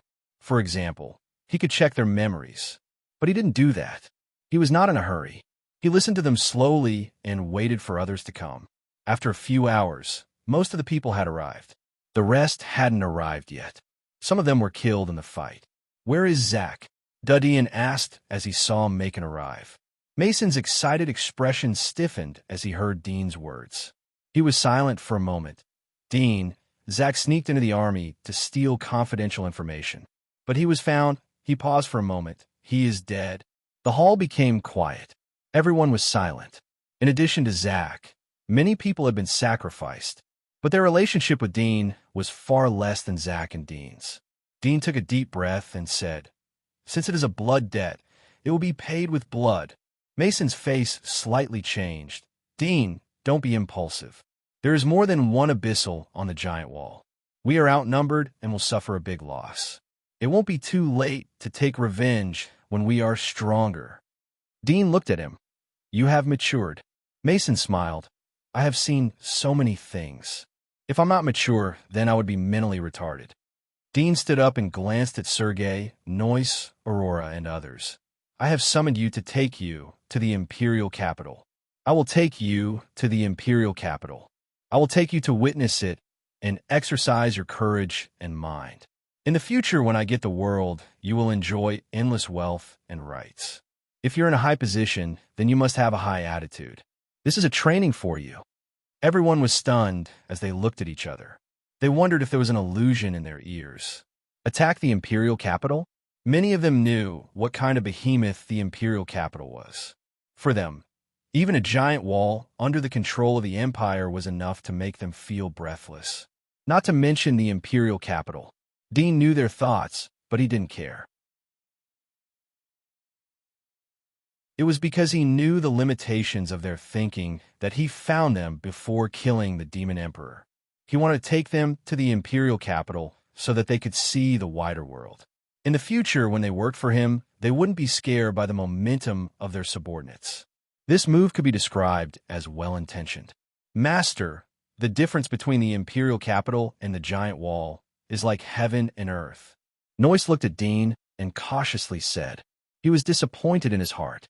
In his mind, the young master had always been a strategist. He would never make such a rash mistake. "Don't worry. I know everything about the imperial capital. A mere king can be destroyed with a flick of my finger." Dean interrupted him and looked at everyone. "My current strength is not the same as before. The Abyss isn't even worthy to carry my shoes. You just need to relax and follow me to conquer the world. In the future, you will manage the world for me." Everyone looked at each other in disbelief. Some of Noyce's trusted subordinates couldn't help but speculate in their heart. Was there something wrong with the master's mind? However, they didn't dare to say it out loud. "Come with me to the capital." Dean didn't continue to talk as he walked out of the hall. The hotel was booked by Aurora. The entire hall was filled with their people. At the moment when Dean came out, they separated into two groups and followed him out.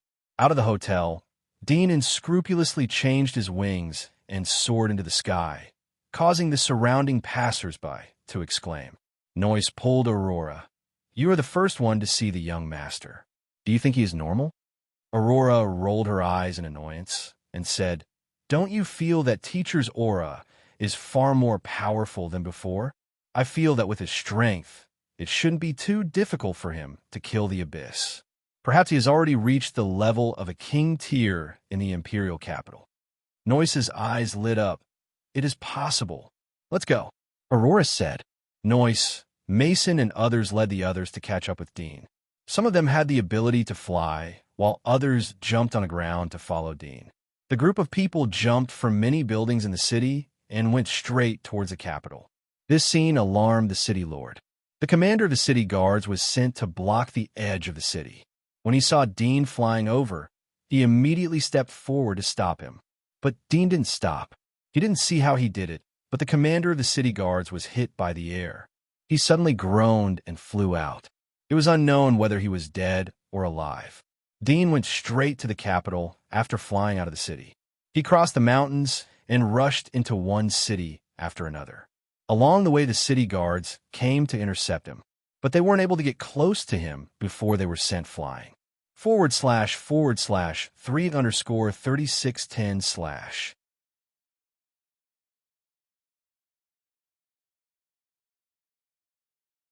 Chapter 1232. When Dean led Noyce and others arrived at the giant wall, they saw that the capital was heavily guarded. Pioneers were standing on the giant wall like javelins. They were led by inner wilderness level and inner wilderness level generals. They seemed to know where Dean and others were coming from. Only the south side of the city was heavily guarded. Noyce and others' faces changed. They were ready to stop, but Dean was still flying forward. He didn't have any intention to slow down. They couldn't help but be startled. But then they quickly followed up. "Who are you?" A commander in golden armor was standing in midair. His eyes were cold and filled with killing intent as he looked down at the crowd. He shouted at Dean, who was at the front. "You don't deserve to know." Dean's face was indifferent. He clasped his hands behind his back and rushed forward like a rainbow. It seemed that he didn't care about the many soldiers on the city wall. The golden-armored ruler's face turned cold, and the bat-like wings on his back expanded by several meters. His teeth turned into fangs, causing his face to change shape. Just as he was about to transform into his demonic form, a cold light suddenly shot out. His entire body broke out in a cold sweat, and he felt an extreme sense of danger lock onto his body. He was so frightened that he couldn't move. At this moment, he felt the heat in his body was taken away from his eyebrows. Bang! The golden armor master fell from the air. His half-demon body fell on the city wall. His armor fell on the ground. "Get lost!" Dean flew to the top of the city wall. He raised his hand, and his palm became hundreds of meters big. It swept across the city wall as if he was smoothing the dust on a table. The pioneers and inner wilderness level warriors on the city wall were all dumbfounded. Before they could react, they felt as if they had been hit by a giant mountain. An irresistible force pushed them into the air, making them feel dizzy and dizzy. After Dean waved his hand, the giant palm quickly retracted. It seemed that the previous scene was just an illusion to everyone. He moved forward without the slightest pause. This scene not only shocked the soldiers on the wall, but also made Noyce and the others dumbfounded. What kind of magic mark ability is this? A hand that's hundreds of meters long can be turned into a hand? As far as they knew, there was no magic mark that had such an ability. After a short period of sluggishness, everyone quickly reacted. Thinking of Dean's previous words, they quickly followed up. Hundreds of meters high walls were easily climbed by their feet. While everyone was climbing up, the generals and guards in the distance finally recovered. Under the roar of one of the generals, everyone immediately used their demonification ability and rushed towards Noise and the others. You don't know my tolerance. Dean frowned. He didn't wait for Noise and others to make a move. He waved his hand, and his palm expanded rapidly. It turned into a crescent, moon-like giant sickle that was hundreds of meters long. Bang! A huge mark was left on the wall from the top of the wall to the bottom of the wall. All the guards on the edge of the mark were cut in half. In his eyes, it was a casual move. But in the eyes of others, it was a shocking blow. The rest of the guards trembled in fear. They didn't dare to think about such a terrifying power. However, Dean didn't take back the giant scythe this time. He chopped several times, and the entire southern city wall was cut into several huge ditches. Even the people in the distance could see it clearly. The surviving guards stood rooted to the ground, not daring to move recklessly. Dean took back the giant scythe and continued to fly forward. Noise and others were shocked. They finally saw Dean's strength. It was far from what they saw when they left. Everyone was surprised and excited to keep up with Dean. They jumped over the buildings along the way. The civilians in the capital hadn't heard about the incident. They were surprised to see a large number of strong people jumping up and down. It must be known that the security of the capital was strict. Such a scene had never happened before. Some carriages of nobles were trampled on. The ladies and young masters jumped out of the carriages and cursed. However, the perpetrators had already flown away from the place. In less than 10 minutes, they arrived in front of the palace. At the moment, a large number of guards were gathered outside the palace. They had already known about the fall of the city wall. Above the palace, with 1,000 steps, numerous guards lined up on both sides. Each of the guards was a pioneer-level warrior. Standing in the front were 3 figures with extraordinary bearings. The one in the middle was wearing a black and gold royal robe. He slightly raised his chin as if he was used to looking down on the crowd. Beside him were a white-haired old man with a hunched back and a mature, beautiful woman in a red dress. Teacher. Aurora's pupils shrank when she saw the woman in red dress. She didn't expect that teacher to come to the capital to help the Wall Lord. Dean flew to the top of the palace. Everyone had to look up at him. He looked down at the many strong people gathered in front of the palace hall. Who is the Wall Lord? Stand up. Although his tone was flat, it had unquestionable majesty. Bold! With an angry shout, a middle-aged man dressed in a royal robe and dressed like an official stood out from behind the 3 of them.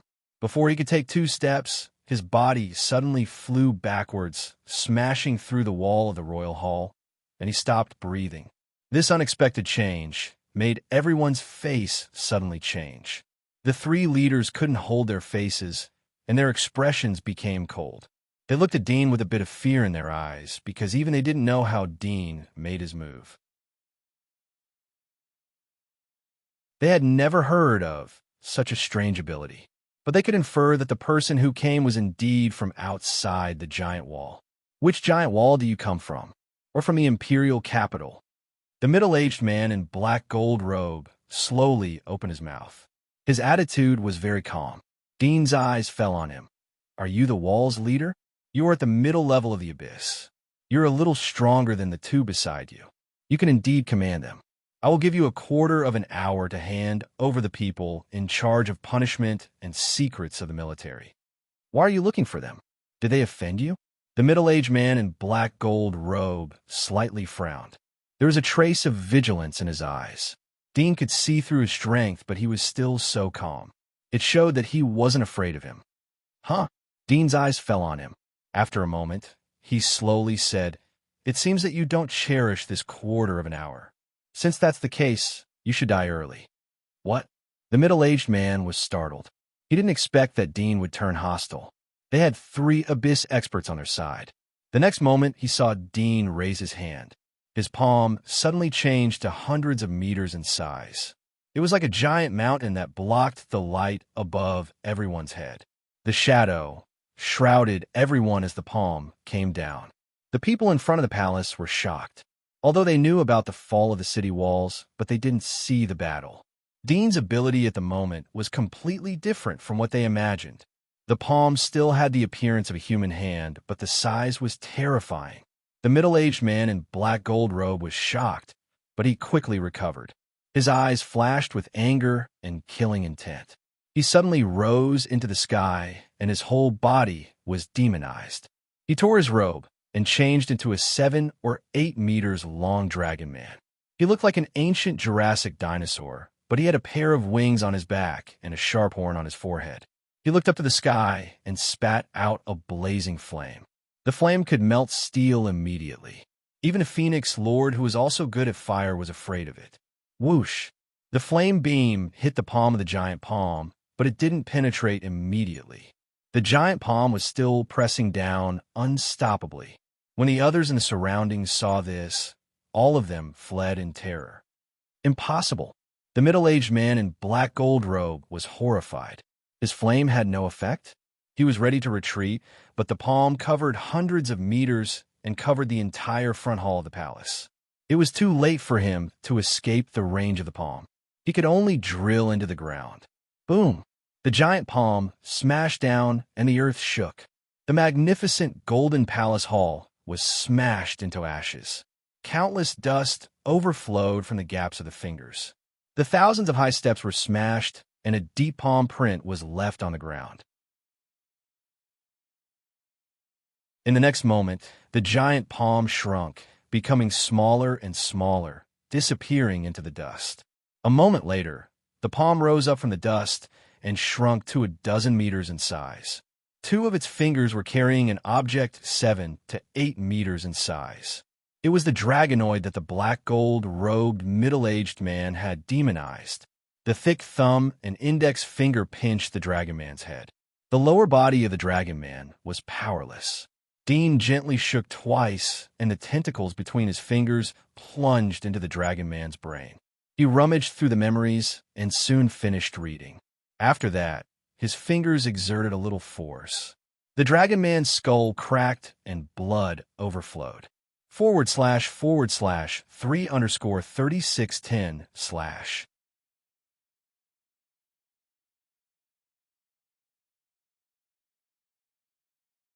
Chapter 1233. The guards outside the palace were dumbfounded when they saw this scene. Noyce, Aurora, and others were shocked as they looked at the Wall Lord's body that fell into the dust. Dudian had killed the Wall Lord as if he was an ant. Dudian's extraordinary power deterred all the surviving guards outside the palace. No one dared to come forward. No one dared to take revenge for the Wall Lord. The world was silent. Whoosh! A red figure flew out from the edge of the dust cloud. It was Phoenix Lord. She had a premonition of danger as the palm fell. She dodged in advance and was lucky enough to survive. She couldn't believe her eyes when she saw Dudian crush the Wall Lord's body. However, she was in a high position for a long time, and her mind was firm. She quickly reacted and rushed out of the dust cloud. She knew that it was useless to hide in front of such a person. It would only speed up her death. It was better to take the initiative to admit defeat and surrender. Elder, please forgive me. Phoenix Lord knelt in the air. Her heart was trembling. She was afraid that Dudian would kill her. Dean indifferently glanced at her. There were a total of 3 Abyss experts, including the Wall Lord. The old man with the white beard tried to resist his palm with the Wall Lord, but was smashed on the spot. But this one escaped in advance. She wasn't his main target, so he was too lazy to split a sharp blade from his palm to kill her. Since you know your crime, then retreat, Dudian indifferently said. The Phoenix Lord heaved a sigh of relief. She respectfully lowered her head and retreated to the side. She didn't look sideways and only looked at the tips of her feet. Because she was bowing her head, she quickly saw many figures following Dean. At a glance, she saw a familiar figure. Wasn't it her latest student, Aurora? Phoenix Lord was startled. Dean closed his eyes, but soon opened them again. They are all in the king's city. I don't have to look for them. After saying that, he suddenly raised his hand. His arm grew upwards, reaching a height of 1,000 meters. He clenched his palm into a fist, and a diamond-shaped crystal appeared on the surface. Under the refraction of the sunlight, it was colorful. Suddenly, dozens of light beams shot out, sweeping towards the buildings outside the palace like lasers. Bang! Bang! Every region was shaken and filled with dust. It was as if they had been hit by a rocket. Dudian retracted his palm and looked at Noyce and others. Let's go and get ready to leave. Through the memory of the Wall Lord, Dean killed all the military personnel who were involved in the Zax matter. There was nothing left in this place. Everyone looked at each other. They thought about what Dean had said before. They couldn't help but feel reluctant and excited. Some of them thought that it was better to kill the Wall leader and occupy the Magpie's nest. Why should they continue to fight and kill? But they didn't dare to express their thoughts. Dean thought of something before leaving. He looked at the Phoenix Lord. You are the only one left here. I promised the little girl that I would give the giant wall to her. You will supervise this matter. From now on, you will protect the little girl's family. Do you understand? The Phoenix Overlord's heart shuddered. This gigantic wall was actually given away so casually. She saw that Dudian's expression was indifferent. It didn't seem like he was lying. She asked, I don't know who the person is. Dudian didn't answer but looked at Aurora. Aurora understood and hurriedly stepped forward and said in a loud voice, My lord, the person my teacher is talking about is Avia. The Phoenix Lord heard her voice. Although she had noticed her before, she didn't expect her to have a teacher-student relationship with Dean. Her face couldn't help but change when she heard Aurora's words. In fact, she was very fond of her new student, but she didn't expect that the latter didn't really treat her as a teacher. She already had such a powerful person as her teacher. Why would she need her? She was the lord of a city after all. She nodded as if nothing had happened. I know. I'll do it. Dudian turned around and flew away with God of Wa. Noyce and others followed him. The Phoenix Lord looked at the backs of these people, and her heart was filled with mixed feelings. She faintly guessed that Dean had seen through her identity and let her go because of Aurora's face. Once upon a time, she had to rely on her student's face to survive. Dudian and others left the king's city without any hindrance. After half a day, they left the giant wall of Balga and stepped into the wilderness. In the evening, they officially entered the Abyss area which hadn't been cleaned out by the giant wall. The night sky was clear and the stars were shining brightly. The ruins of the Abyss area were as bright as day. Everyone settled in the woods and ate the food they brought with them. They rested for half a night and then continued their journey. Under the protection of Dean and God of Wa, all the abyssal monsters they met along the way were killed. The dangerous abyss seemed to have become a spring outing. Everyone followed behind them and watched the mysterious Abyss area. They saw the ruins of the old era collapsed in the wilderness and covered with moss. They also saw a lot of ruins from the old era. They felt very novel. Halfway through the journey, Dean saw a dragon galloping in the air. He immediately raised his hand and shot it down from a distance. An abyss monster jumped out of the dragon. It didn't have time to rush over and shout as it was pierced by Dudian's light beam. This is the dragon messenger. He's the spokesperson of the Empire. Dudian explained to everyone. He dissected the dragon and barbecued the dragon meat as lunch. They continued their journey after eating. A few days later, they arrived at the Imperial City. They met a lot of monsters along the way. Some of them were named monsters. They also met an ancient monster. Dudian killed it and took out the soul worm. He gave it to Noyce and others to seal. It would help them to quickly improve their physique after they arrived at the Imperial City. We will disguise ourselves as an Imperial adventure team. Don't expose our identity. Dudian said. Although his strength was enough to break into the Imperial City, he didn't want to alarm the Demon Emperor. The latter wasn't like the giant wall of Balga. The Demon Emperor might not be in the Imperial City at the moment. Maybe he had already set up an ambush waiting for them. Everyone didn't have any objection to Dudian's words.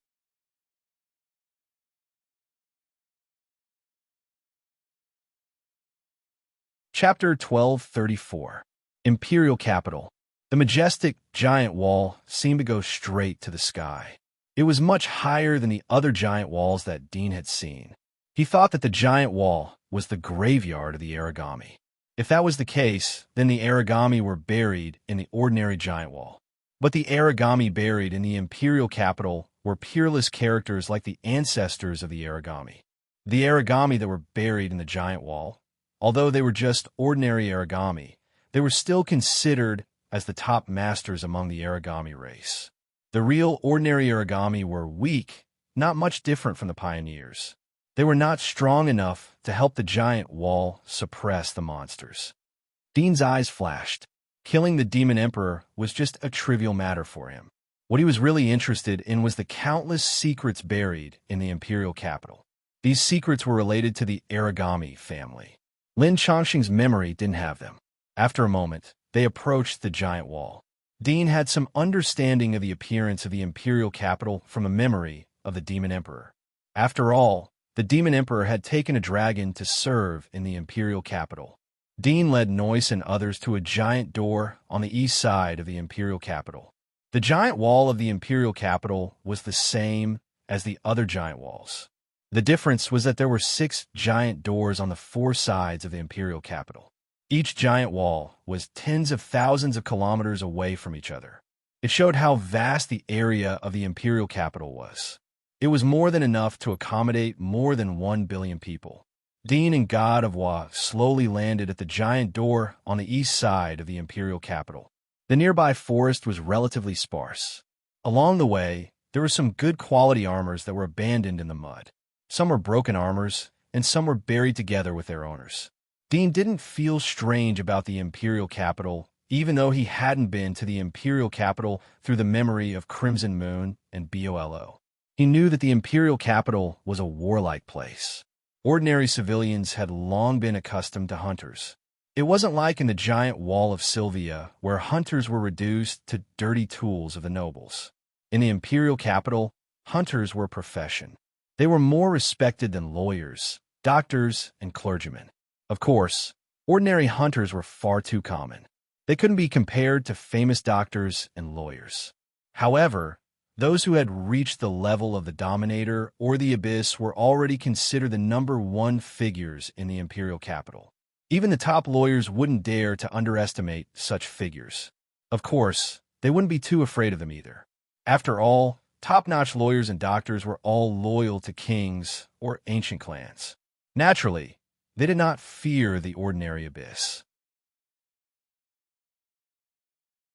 The Lord of the Abyss, on the other hand, was already a behemoth in the imperial capital. It presided over a region, and its wealth and power had reached the pinnacle for them. The only beings that they had to respect were the 7 lords and the Demon Emperor. The 7 kings were like 7 dazzling stars overlooking the imperial capital. To the commoners, they were like gods in the clouds, and it was an honor to be able to see them. As for the Demon Emperor, his sense of existence was relatively weak. He hid his strength and was far less dazzling than the 7 kings. However, in the eyes of the top powerhouses, the reverence they felt for the Demon Emperor was 10 times or even 100 times stronger than when they faced the 7 kings. Dean asked everyone to disguise themselves. They wrapped the few monsters they had hunted along the way and carried them on their shoulders. They pretended that they were hunting prey. Then they slowly walked towards the giant gate. The giant gate of the imperial capital was open all year round. There were many hunters in the imperial capital. A large number of adventurers groups and adventurers guilds were formed. They would often form teams to hunt monsters and sell them to the Monster Research Institute and other related institutions in the imperial capital. Or they would bring back the monster scales and claws and sell them to blacksmiths to earn some travel expenses. In addition to the independent adventurers, the 7 lords would often lead an army to the depths of the wilderness to kill fierce monsters. They would train the combat ability of the army. Therefore, there were iron hooves and messy footprints everywhere near the giant gate. The air was filled with the smell of metal and human sweat.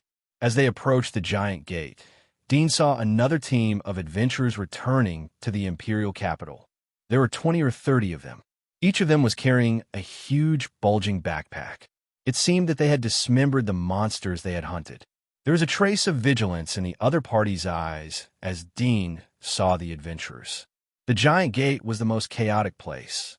The guards didn't care about what was happening outside the gate. Therefore, there were many people lying in ambush outside the gate. They bullied the weak and robbed other people's spoils of war. Dong dong dong. At this time, the ground gently trembled.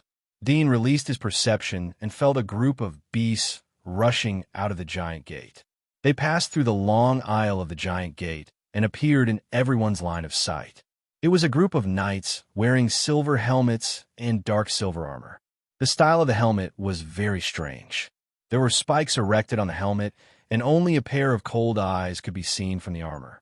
Each of the armor's chest was engraved with a bloody forest pattern. Dean knew that this was the badge of the Bloody Thorns King. The knights belonged to the Silver Moon Legion under the command of the Bloody Thorns King. It was a subordinate legion of the Silver Moon Legion. The Bloody Thorns King died in the Federation. It seems that the Bloody Thorns King didn't disband. There are too many kings that have fallen in the Federation. The imperial capital will fall into chaos. The forces and territories of the kings will become ownerless. The other hungry wolves and vultures will probably covet them and want to carve them up. Dean's eyes lit up as he thought about the current situation in the imperial capital. The fall of the king would cause turmoil in the imperial capital. It would also cause a chain reaction at the grassroots level. It was a turbulent period. The Demon Emperor not only had to guard against his arrival, but also had to rectify the situation in the imperial capital. Dean's mouth curved into a smile as he led Noyce and others into the city. He took out a special gold coin from the imperial capital and threw it to the guard. They went straight into the city. This gold coin wasn't taken from Wall Lord Borja, but he had casually transformed it from the soil on the ground. It wasn't an exaggeration to say that stone could be turned into gold. However, scientists needed to use instruments to change the structure of matter, but he could directly change the structure of his own body through magic, then assimilate the structure of foreign objects, and then change the structure of foreign objects again, turning them into what he wanted. He could use grass to make swords and other weapons. This was his current ability. He was equivalent to a god in terms of the use of his abilities. The only difference between him and a true god was the issue of power. For example, God of Wa could swallow external materials and convert them into her own energy. Although he could do it too, but the latter could convert 10 tons of energy at once. He couldn't convert half a ton and would suffer from indigestion. Dean had been sleeping for 300 years. The imperial capital was built after the disaster. It had a history of more than 200 years. The culture of hunting monsters had already multiplied to the extreme. Dean wasn't in a hurry to find the Demon Emperor. He took Noyce and others to a bustling residential city near the imperial capital. They ate and drank to their heart's content. Then he took Noyce and others to the trading market where soul worms were sold. In every city, shops selling soul insects could be seen everywhere. However, these shops were not private shops. Instead, they were like the alliance merchants that belonged to the soul insect industry of the 7 great monarchs. All the sale of soul worms had legal rights and interests. Private sale of soul worms was illegal. Anyone who was caught would be sentenced to death. In the trading market, in addition to selling soul worms, there were also shops selling magic marks and all kinds of hunter equipment. It wasn't a secret to use 5 soul worms to strengthen magic marks. Dean saw the banner of the Bloody Thorn King hanging in the trading square. He knew that this was the property of the Bloody Thorn King. He immediately made a token of the Bloody Thorn King and went to the building where the soul worms were sold.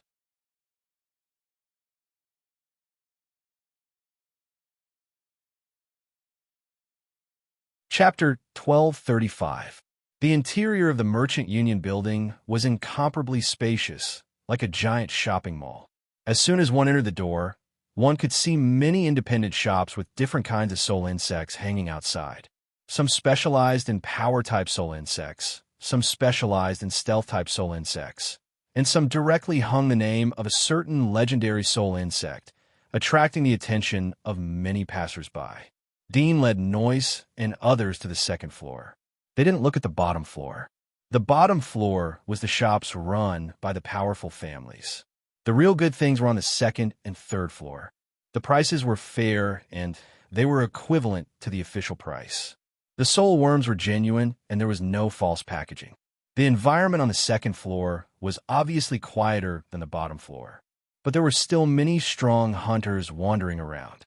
Dean led Noyce and others to a shop. The service lady's eyes lit up as she saw the large number of people. She knew that it was a big business. She immediately came to greet them. "Sir, what kind of soul worm do you want to see?" Dean raised his hand and took out the blood thorn token. "Tell your manager to come out." The service lady's face changed as she saw the bloody thorn token. She respectfully retreated and informed the shop owner.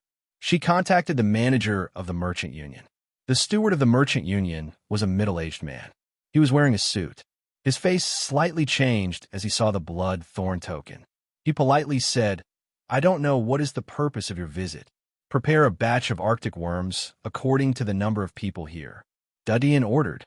The middle-aged manager was startled as he glanced at Noyce and others. "Sir, the ice worms are under strict control even in ordinary times." "I'm afraid." "Extraordinary times?" Dean looked at him.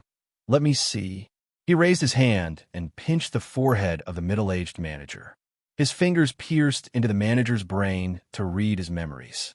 The assistants and maids around him were scared. They were about to exclaim when Dean moved his mind. Several snake-like tentacles swept out from his arm and wrapped around their necks, strangling them to death. Dean retracted his palm and looked at the middle-aged manager. "Call all the nearby ice worms." "Yes, my lord," middle-aged steward said. Dean had tampered with his memory and turned him into a servant. After a moment, 3 ice worms and more than a dozen legendary soul worms were sent to Dean. There were 2 2-star soul worms, and the rest were 1-star legendary soul worms. Dudian let Mason, Aurora, and Sergei choose their favorite legendary soul worm. Then he gave them 3 ice worms and helped them to implant and suppress them.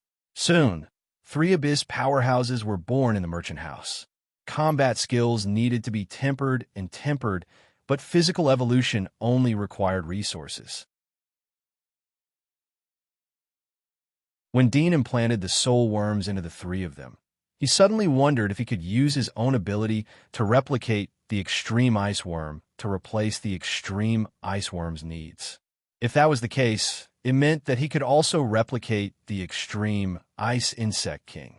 Moreover, he could replicate the fighting memory and inject it into the brain of Noyce and others so that they could gain rich fighting experience in an instant. Dean was shocked by this idea. If he could do it, it meant that he could build a world-shaking army at any time. Moreover, it was very likely to be possible. Dean asked the steward of the merchant union to seal the building. Only Noyce and him were left in the building. Then he tried to control his body to replicate the gene level to make the ice worm.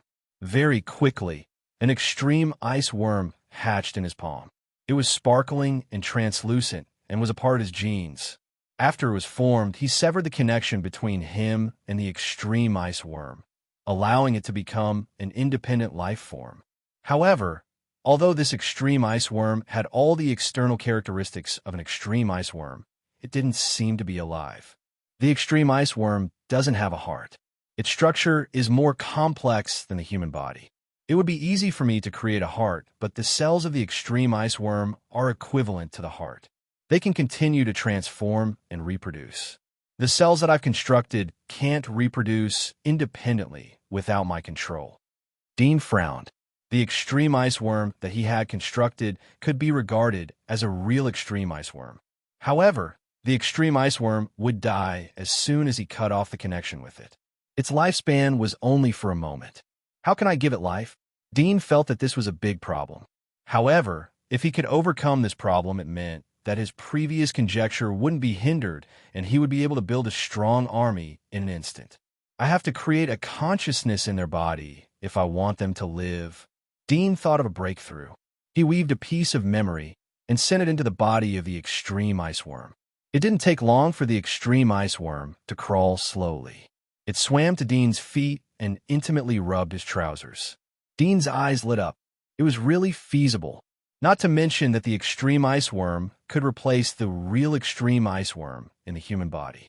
However, the current situation meant that Dean could not only change the structure of various materials, such as metal, coal, and so on. He could also create a living life.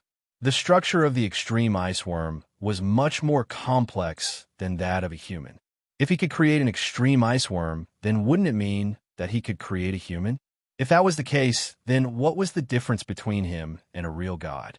He completely forgot about Noise and the others around him. He excitedly started to divide and reproduce extra cells through his own cells. He moved them to his palm and constructed a human-like body, and then constructed a beating heart. When he severed the connection, the young man made of flesh and blood that flowed out of his palm, stood in a daze. His eyes were empty, but his body exuded a surging vitality. Life. Dean was so excited that he stood up. Noise, Aurora, and the others, as well as their trusted subordinates, were stunned and in disbelief when they saw this strange scene. In addition to shock, they also felt a bit of fear. Dean was so excited that he looked around the young man. He used his X-ray vision to scan every bone and meridian in the young man's body. He found that the structure of the young man's body was no different from that of humans. While Dean was looking at the young man was also looking at Dean. Suddenly, he raised his hand and touched Dean, as if he wanted to touch the world. Dean grabbed the young man's hand. The young man tried to break free, but his strength couldn't compare to Dean's. The young man was anxious. He tried his best to twist his body, but he couldn't change the situation. He opened his mouth and bit Dean's hand. Dean let go of his hand. He didn't let go because he was afraid that the young man would bite him, but the test was over. Although I didn't fabricate memories for him, but he has been born with primitive instincts. It seems that he is a giant baby. Dean's eyes flashed. So, this young man was an independent life form, creating life. It was incredible, but the young man had accomplished such a thing so easily. It turns out that the myths and legends aren't all false. God is omnipotent. He can create things and create people. Dean muttered. At this moment, he realized the feeling of being a god. So reckless and so powerful. At the same time, he suddenly felt that humans weren't that great, and that life wasn't that precious. You're tuning in to the Warrior Lore YouTube channel. Don't forget to subscribe and join us on this journey to catch the most captivating stories.